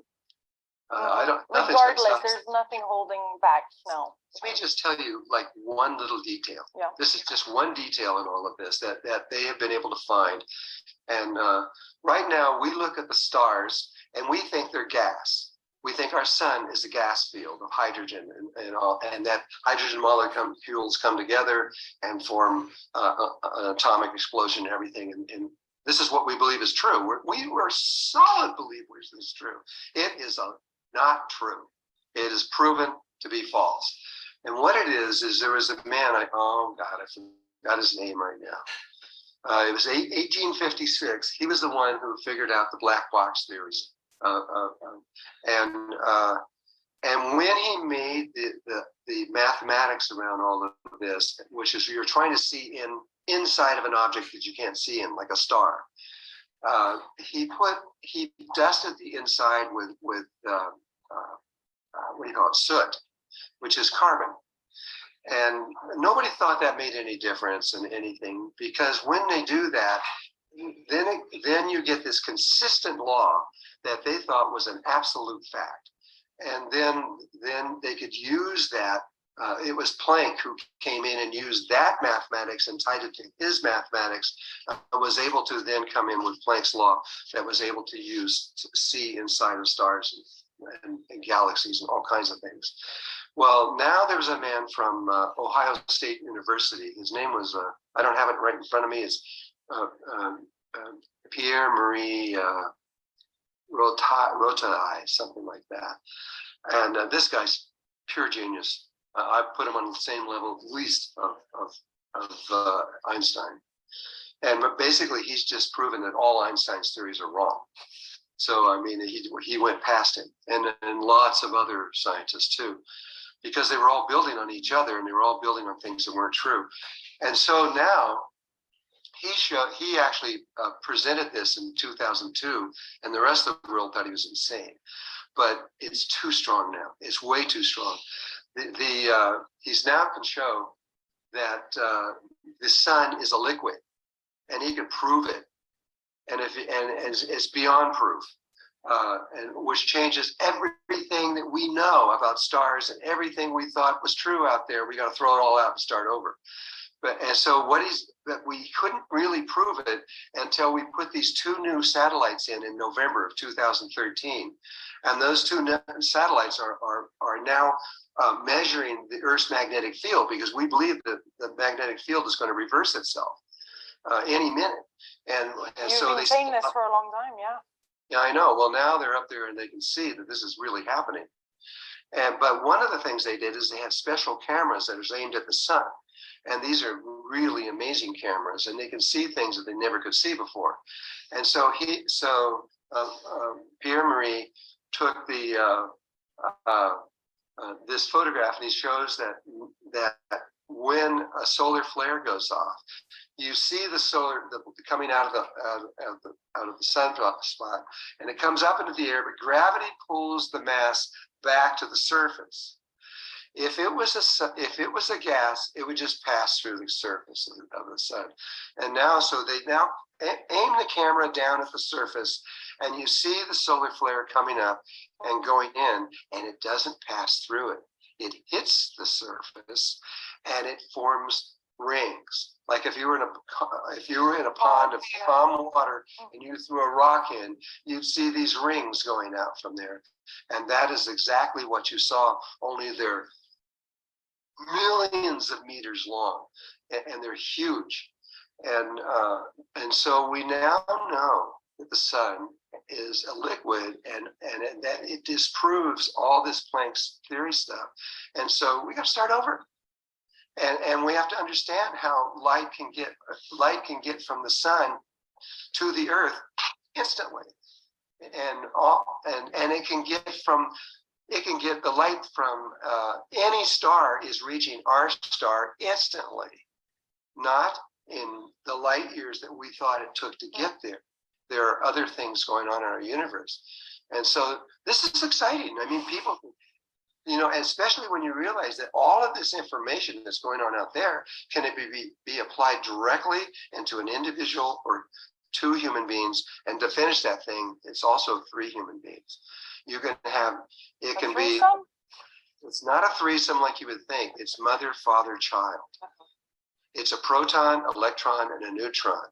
The two people that are doing the polarity through sexual energy, they wrap themselves around the neutral person, which is the child.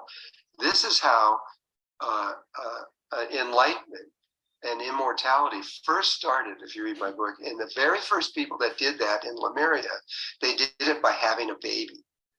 Now I understand how they did it. It's one of the 3 forms that you can do. You can either do it by yourself, you can do it with another person, or you can have a baby with another person, and that will also make you and the baby immortal. I mean, this opens a lot of chapters, This is so cool. But what do you think of Nassim? I just had a thought, because you know Nassim Aramain. What do you think? Because a lot of people are talking about his work right now. So what is your point of view? I'm not following exactly what he's doing right now. Nassim's work is a summation of many other people. It's not really his work. Okay. And so, I mean, let's get that clear, because there's lots and lots and lots of people that he's borrowed from, but it's not said that he did. And so the summation of whatever work he comes up with is a summation of many other people. And some of the work that he's doing is awesome. It's really, really good. But where it's leading to, I'm not really sure. I haven't followed it for at least a year now. So I don't know. Okay, so just to finish this conversation that could go on for hours, I know there's a lot of more material on your site, but where is this, if we can summarize it, where this is heading, what it means to human being, to our daily lives, to all of that on a practical level, keeping it practical, what does that mean? Let's start over with another one. And that is, we have joined with Heart Math out of Stanford.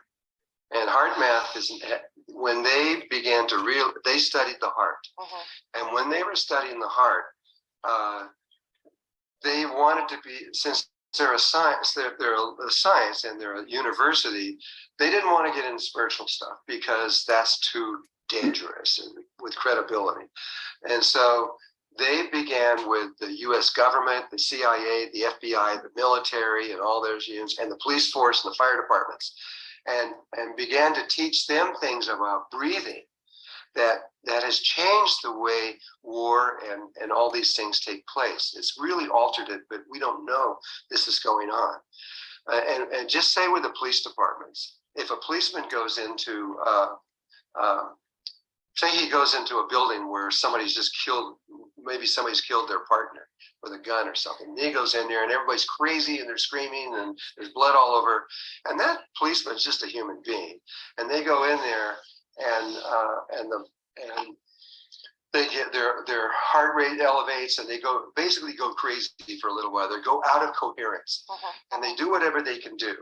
But now because of Stanford, they go back to their police car.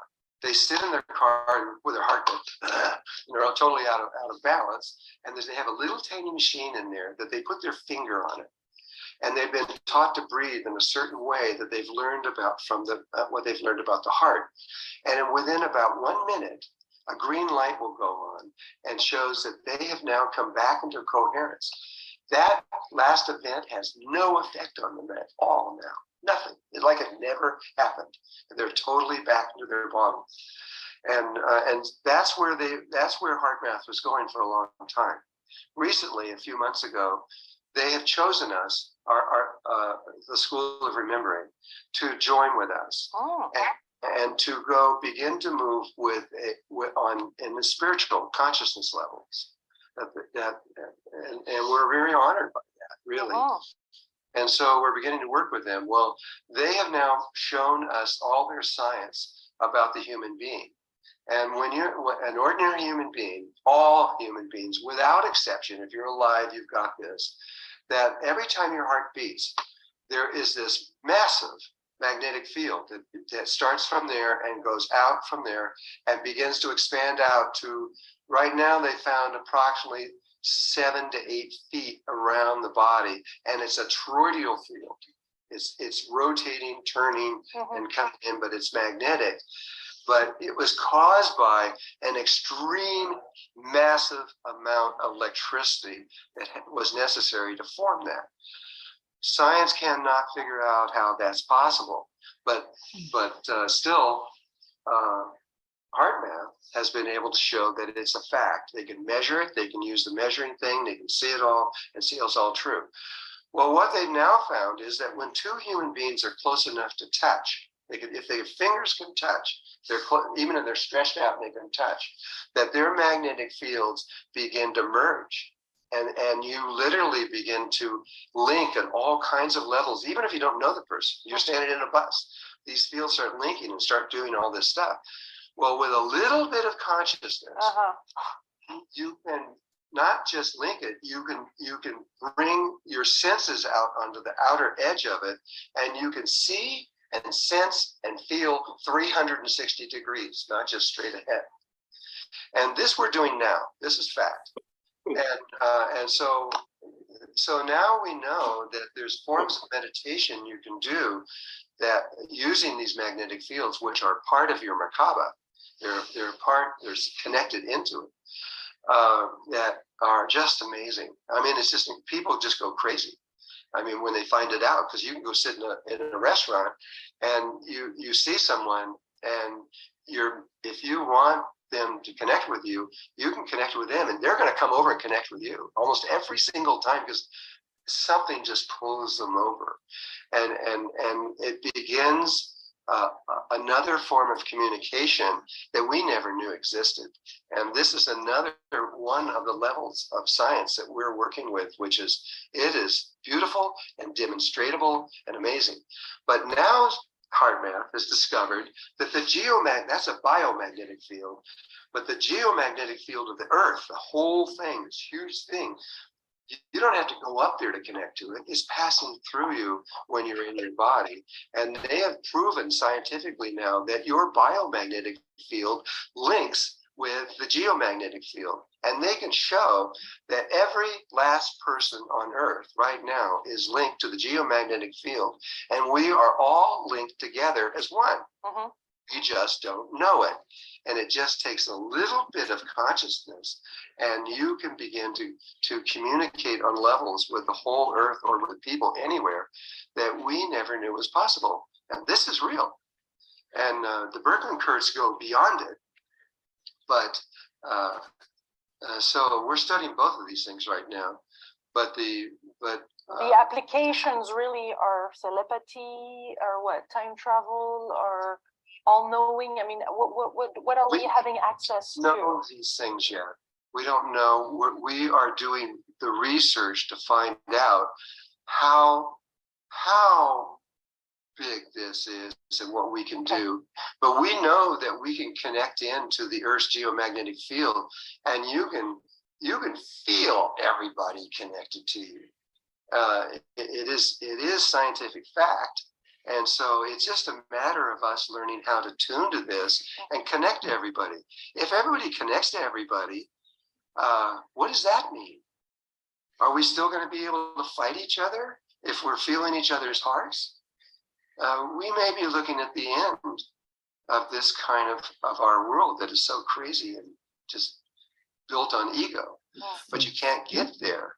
You can't get to this place where you connect consciously with your magnetic field, your biomagnetic field, or with the Birkeland currents if you're in your ego. You have to pass through this thing in your heart where you get to a place where there's no ego. Otherwise, you can't do either one of these things. So I'm not so concerned about what happens if we get in there and try to misuse this or anything. I don't think you can misuse it. And I think that Mother Earth and Father Sky has a long time ago made it this way. There's one little tiny question I have before we finalize, when we finish this interview, regarding I think you mentioned in some of your teachings that there is this one thing that we can do where you can decide to disappear and boom, you're off. If you go too far into something, then zoom, there's no more Drunvalo. And it's a little bit of a dangerous spot, or one that if you go there, you don't return. It's not really dangerous. You won't really get hurt. You just might leave before you want to. We taught a very specific form of meditation. This meditation came directly from the Ascended Masters. There are about 8,000 of them alive. Maybe it's gone up higher now. It may even approach even 9,000. But there's a specific number of them. And over half of them use this method that we're going to talk about. And so we know it works. And we know that anybody that knows how to get in and knows how to connect all the glands in their head, and it's a teaching that you have to do. And you can go through the school, or anybody can go through the school of remembering and get that. And so there is a way where when you're in a very specific area of your heart consciously, it's in the Vedas 6,000 years ago, they called it the tiny space. So we call it the tiny space too.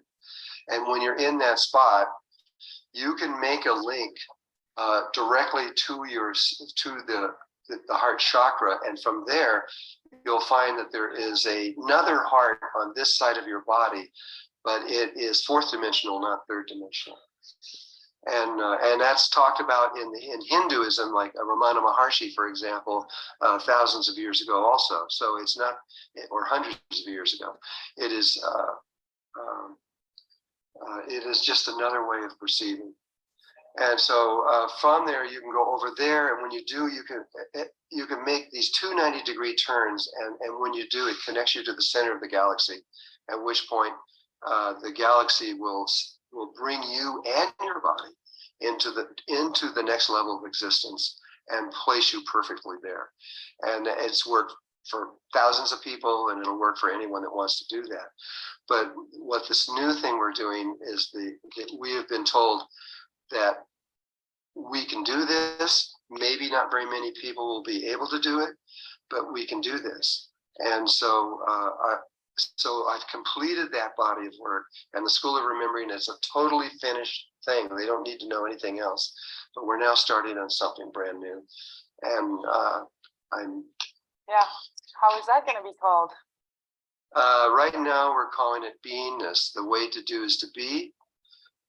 It's about being, not if you want to do anything, it's all about essence. And if you become in that essence, you can create anything or do anything in your life, achieve anything you want without even lifting a finger. It's all about it being in alignment with the universe.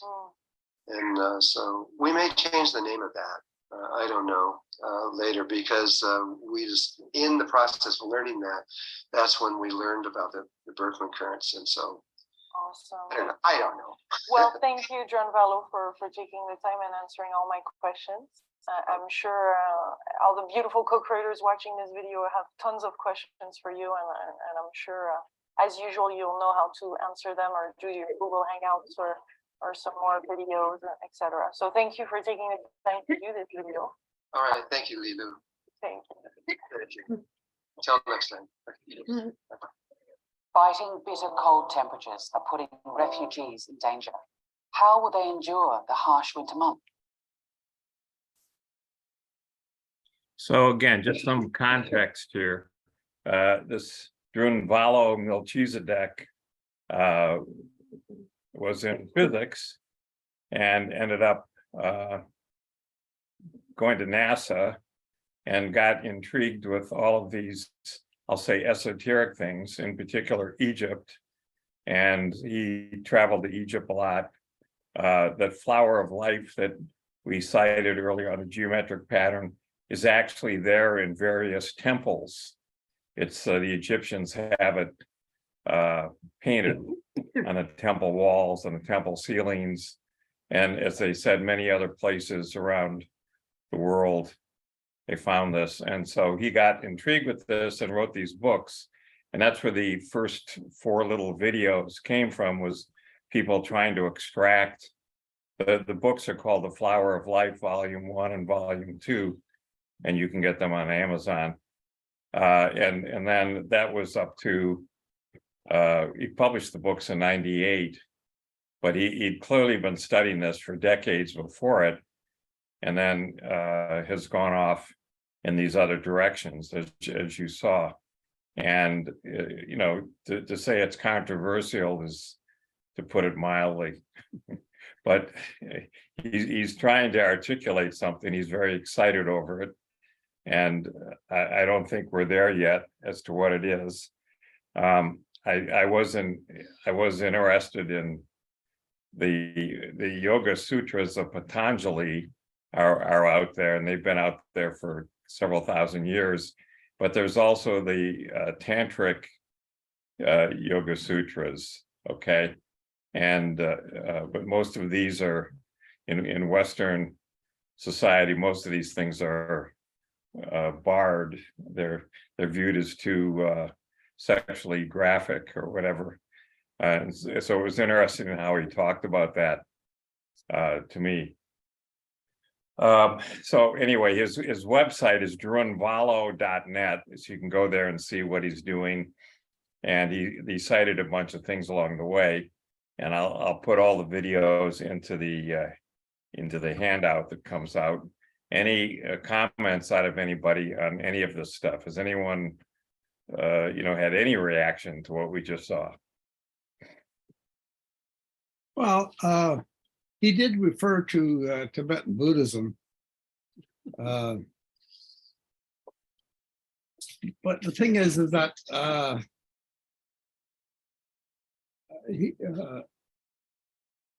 things that he's talking about are turn out to be manifestations of profound, love, compassion, and wisdom, which is a whole dimension that's very different from what he's articulating. But that's where you intuit that some of the things that he said, like, for example, that all living things on the planet are in union with one another, for example. But these are dimensions of love and compassion and the vast wisdom that comes with it. So this is, in a sense, he's talking about some of the things they talk about if you do a lot of meditation. One of the things he touched on was these ascended masters. And if you go back and read these books, the ascended masters are apparently people that have gone through extensive meditation training and become immortal. But I don't understand why there's only 9,000 of them. I have no idea where this number comes from. On the other hand, if you're immortal, then, and they don't need to eat anything. So if they're immortal, they count for more than just one person, because they never die. So they're there all the time. Well, there are examples of that in meditation where you get into a state where you don't need to eat. Right. There's a number of yogis and spiritual people that have done this. But if you want to get into the vast wisdom and understanding the universe and things like that, well, then you're much getting into the compassion and the vast wisdom that comes with it. That's where everything gets connected, and you see things that are way beyond ordinary understanding. Right. And this is all well known. It's very well documented in Tibetan Buddhism. Right. Anybody else? I have a bit of a conceptual issue, and that has to do with, seems like we have, and I'll put it in quotes, laws of physics, that, like he is saying, hey, these are all wrong, Einstein is all wrong, that type of thing.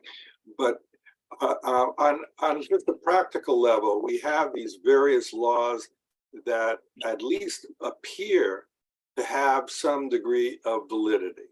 And then we have empirical observations we can make about let's speak of machines. We have these mechanical things like an automobile, but we have our physical bodies, which in their way are machines.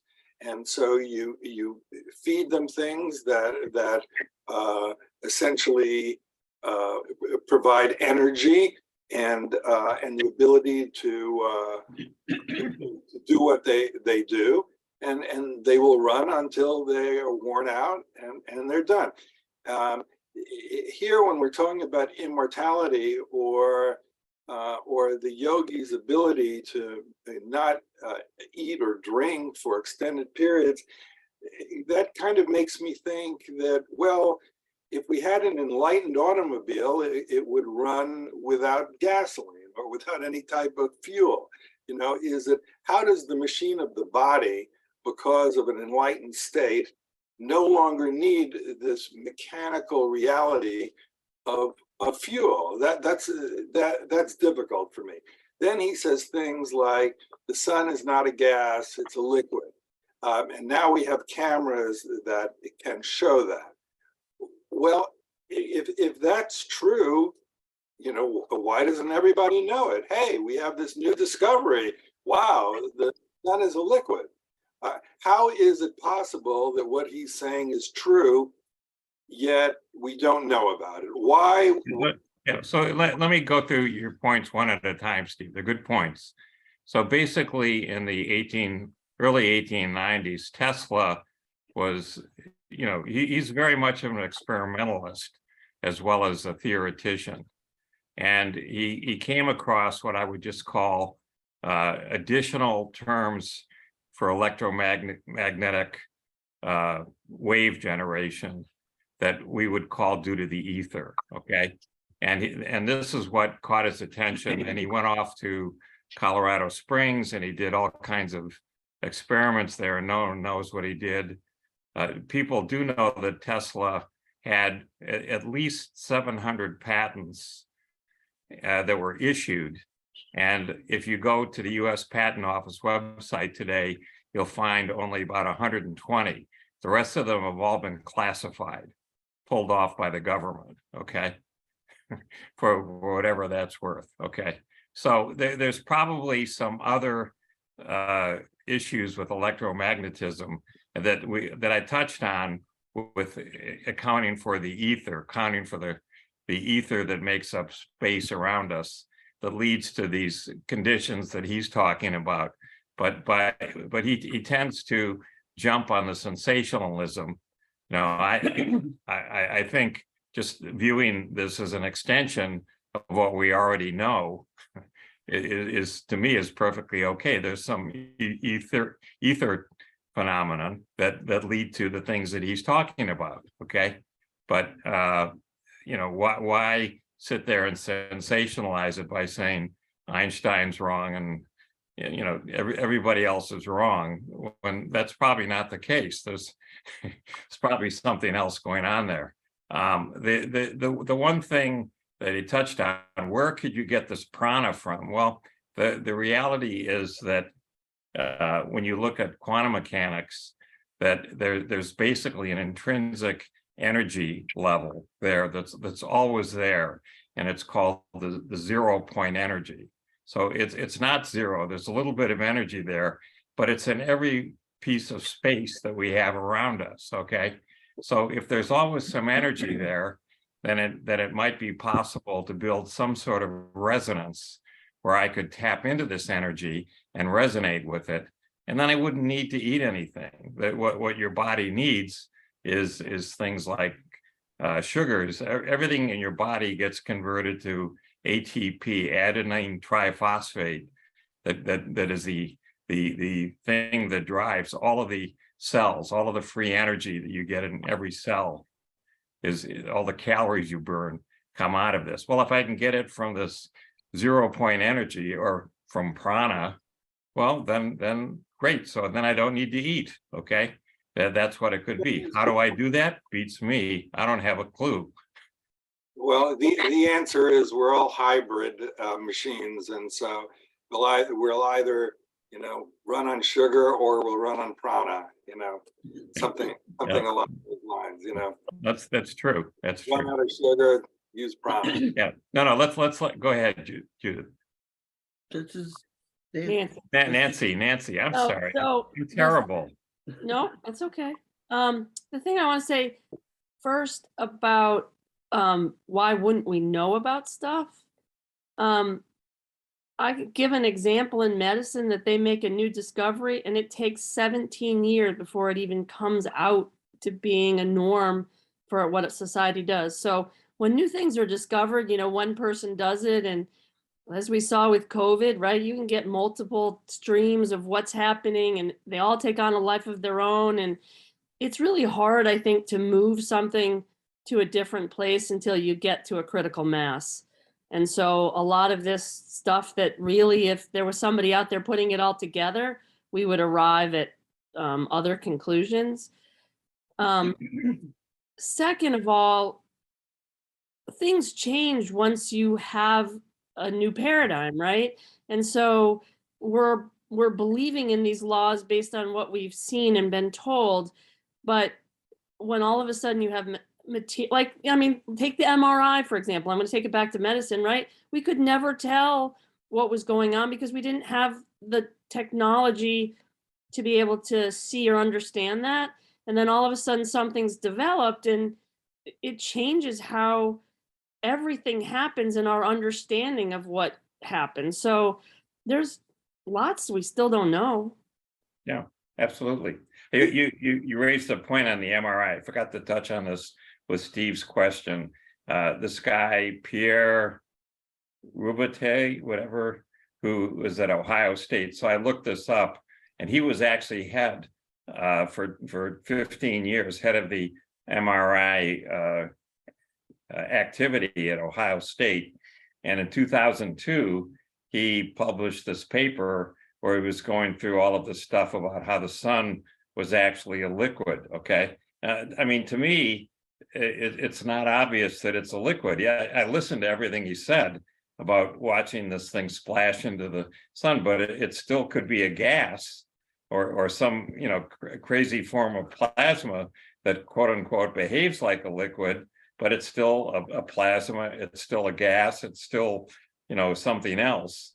And so anyway, the guy got removed as head of the Ohio State imaging activity. He's still there at Ohio State, but got removed because he heard with it being a liquid. It remains to be seen. You know, look, it's how he interpreted it. There's no one was disputing the observational evidence. He just interpreted it to be a liquid, but it might not be a liquid. It might be, again, a plasma or a gas that behaves the way a liquid would behave. I understand, but on a scientific level, were I the scientist making the observation, I would say, based on this photographic evidence, it appears that the behavior is like what we understand to be a liquid. It might be something totally different, but it sure appears like it's a liquid. Right.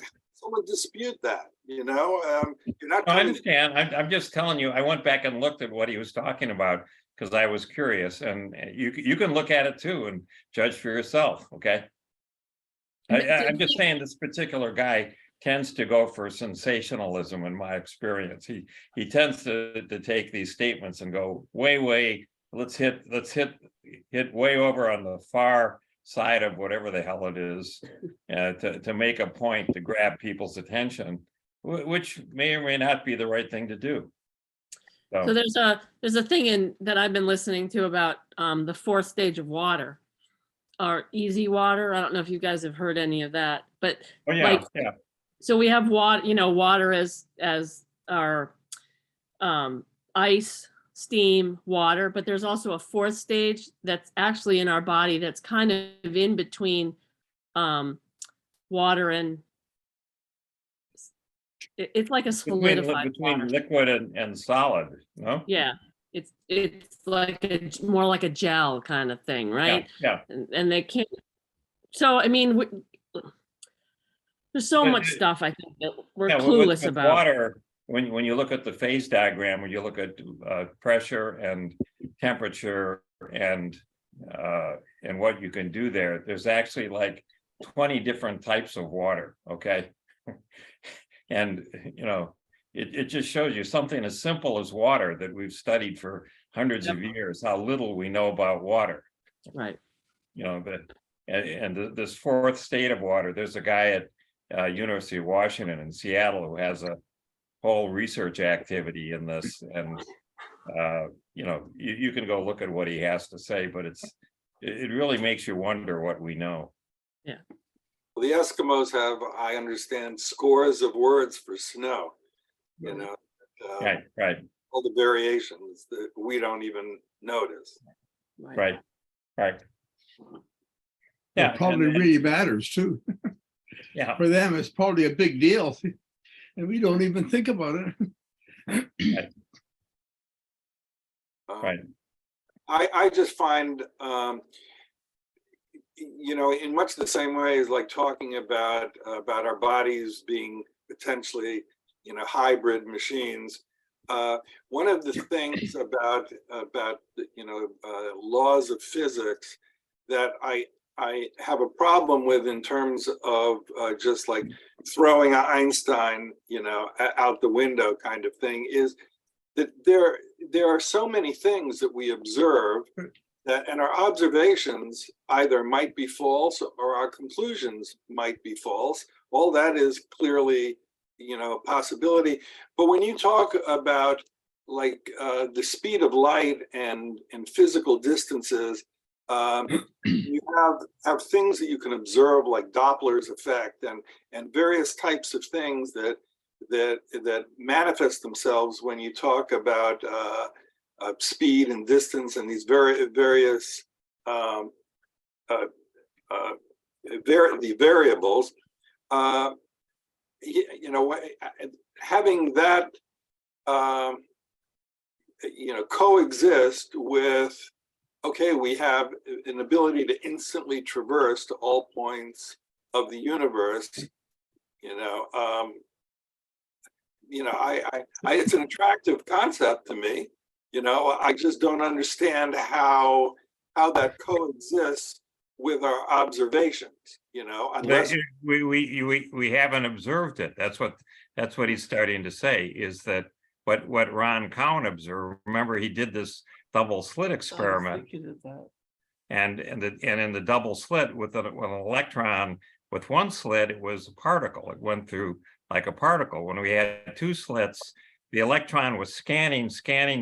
Well, Ron never tracked this down, but those scans could have gone again to the far ends of the universe instantaneously. We don't have any instruments that measure those scans, and all of a sudden the electron became a wave once it saw that there were two slits there that it was going through. But we, just because he says this thing went instantaneously, there's no meter. I mean, Ron didn't have a meter. he observed something happening there, but we don't have any way to know how fast did that take place. Did it take place instantaneously? I don't know. Well, then the whole Steve, the other thing that I want to say is, like, you have people, and sometimes it can be siblings, but you have twins that, they live far, far away from each other, and one gets injured and the other knows instantaneously that something's happened. Right. Like, how do you explain that except by something like this, that because they're in tune, they're picking up on those. Right. It's kind of weird.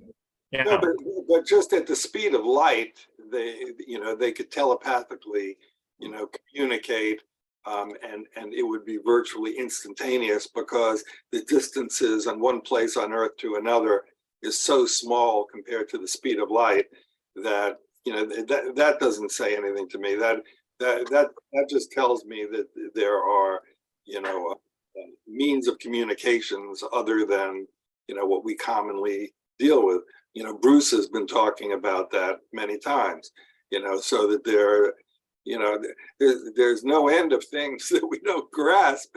I don't have a problem with visiting things that are beyond my experience, but the thing is that I am invariably, the way my mind works is I'm trying to find patterns that make sense, and then when they don't make sense, I try to create some kind of new pattern where they might make sense.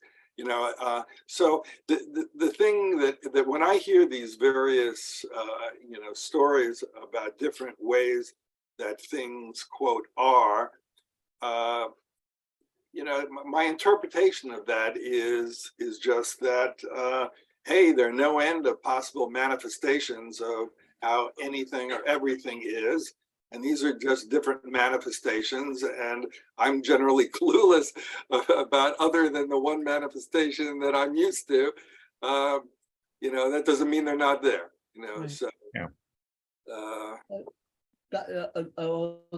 Similar lines or parallel tracks. I was thinking that we understand it's the same phenomenon that can be perceived as a wave or a particle. I think it's the same thing. It seems like a transformation from gas to liquid, but it's just another form of the same thing. It's just another behavior. Yeah, of the same.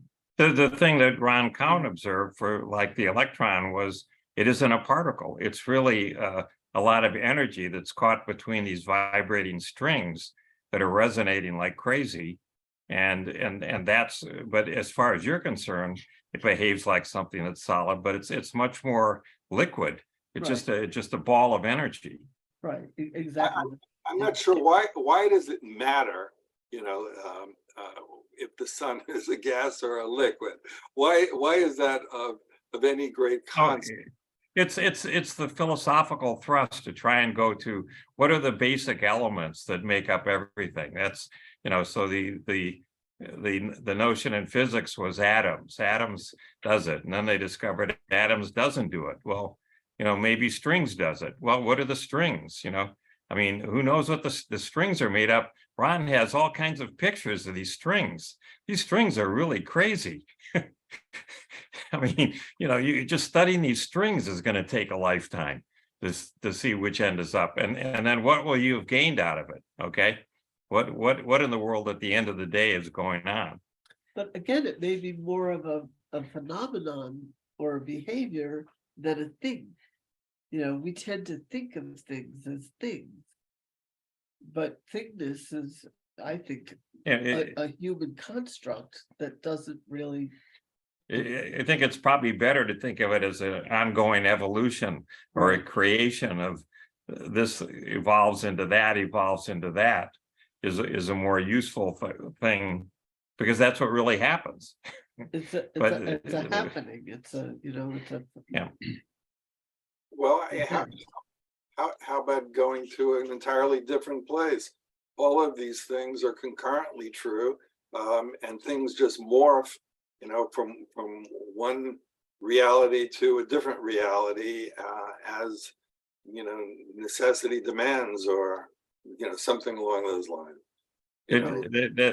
That could be. We'd have to find some way to go test it and see which end is up. I just realized what time it is. It's already 9:17, so I'm just sensitive about Betty by time. But I just wanted to mention, for example, I'm a twin, and there is an understanding that I've experimented with. All twins understands a different understanding that nobody else does, and I've tested it, and it's for real. With Ron?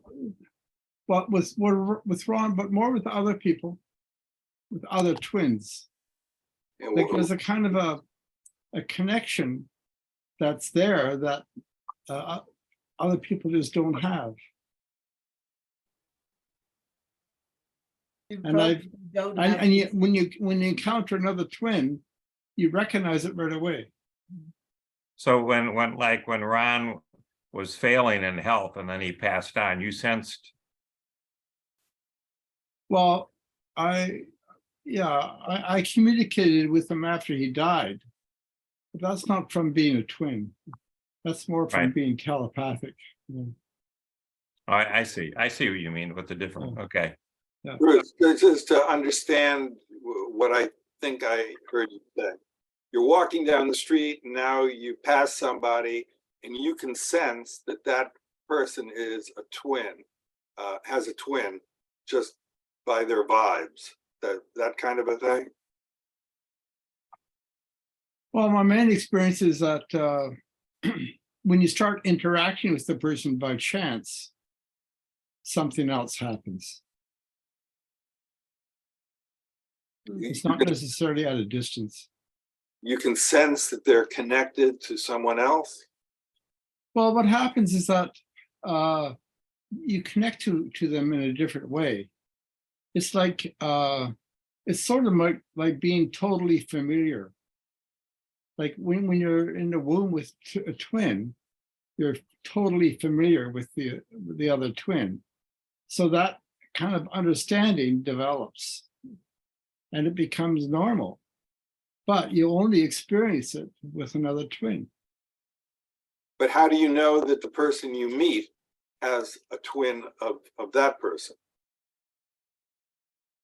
I thought that's what you were stating. I'm not sure I got it right. Oh, well, my main sense of it is there's a kind of a human love understanding on a human love reality that's just the nature of the connection with another twin. I know I met somebody and it just happened by chance. And we just connected right away. And then I asked her, are you a twin? And she said, yes.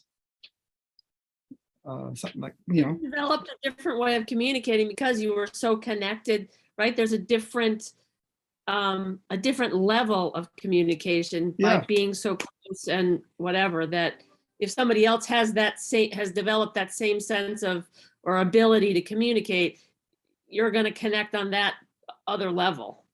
Yeah. It's basically it's experience that twins have while they're in the womb. Well, the question in my mind is it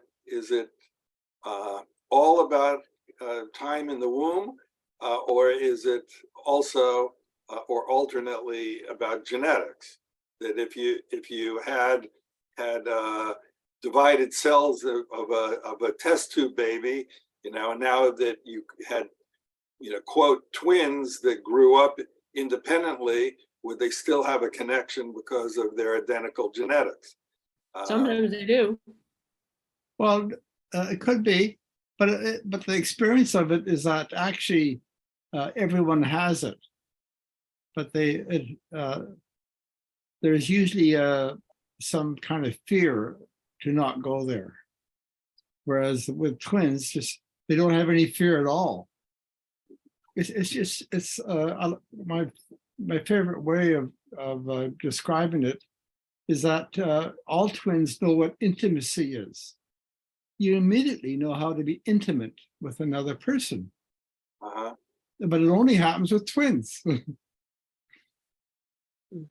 I see. That's a good point. Yeah. I really like that, along with what you said about fear.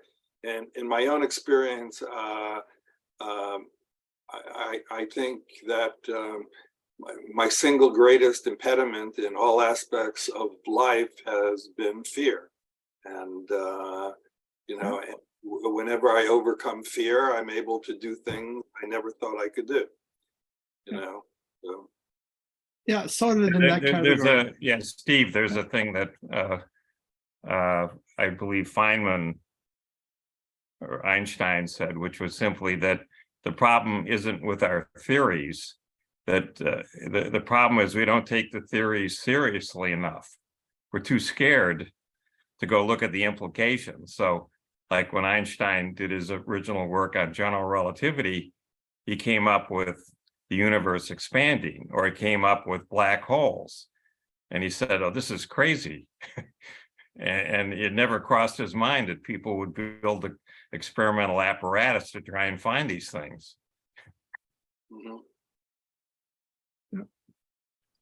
So let's call it a night. Very, very nice to have everybody here, and we'll do battle again. But this is our attempt to go into Egypt, and hard as it is to believe. So take it with a grain of salt, but there's much more to be covered here. Have a great weekend. Bye-bye. Nice to have you with us, Mama Frodo. Yep. Thank you. Guys, hope to see you next week. Okay. Bye-bye.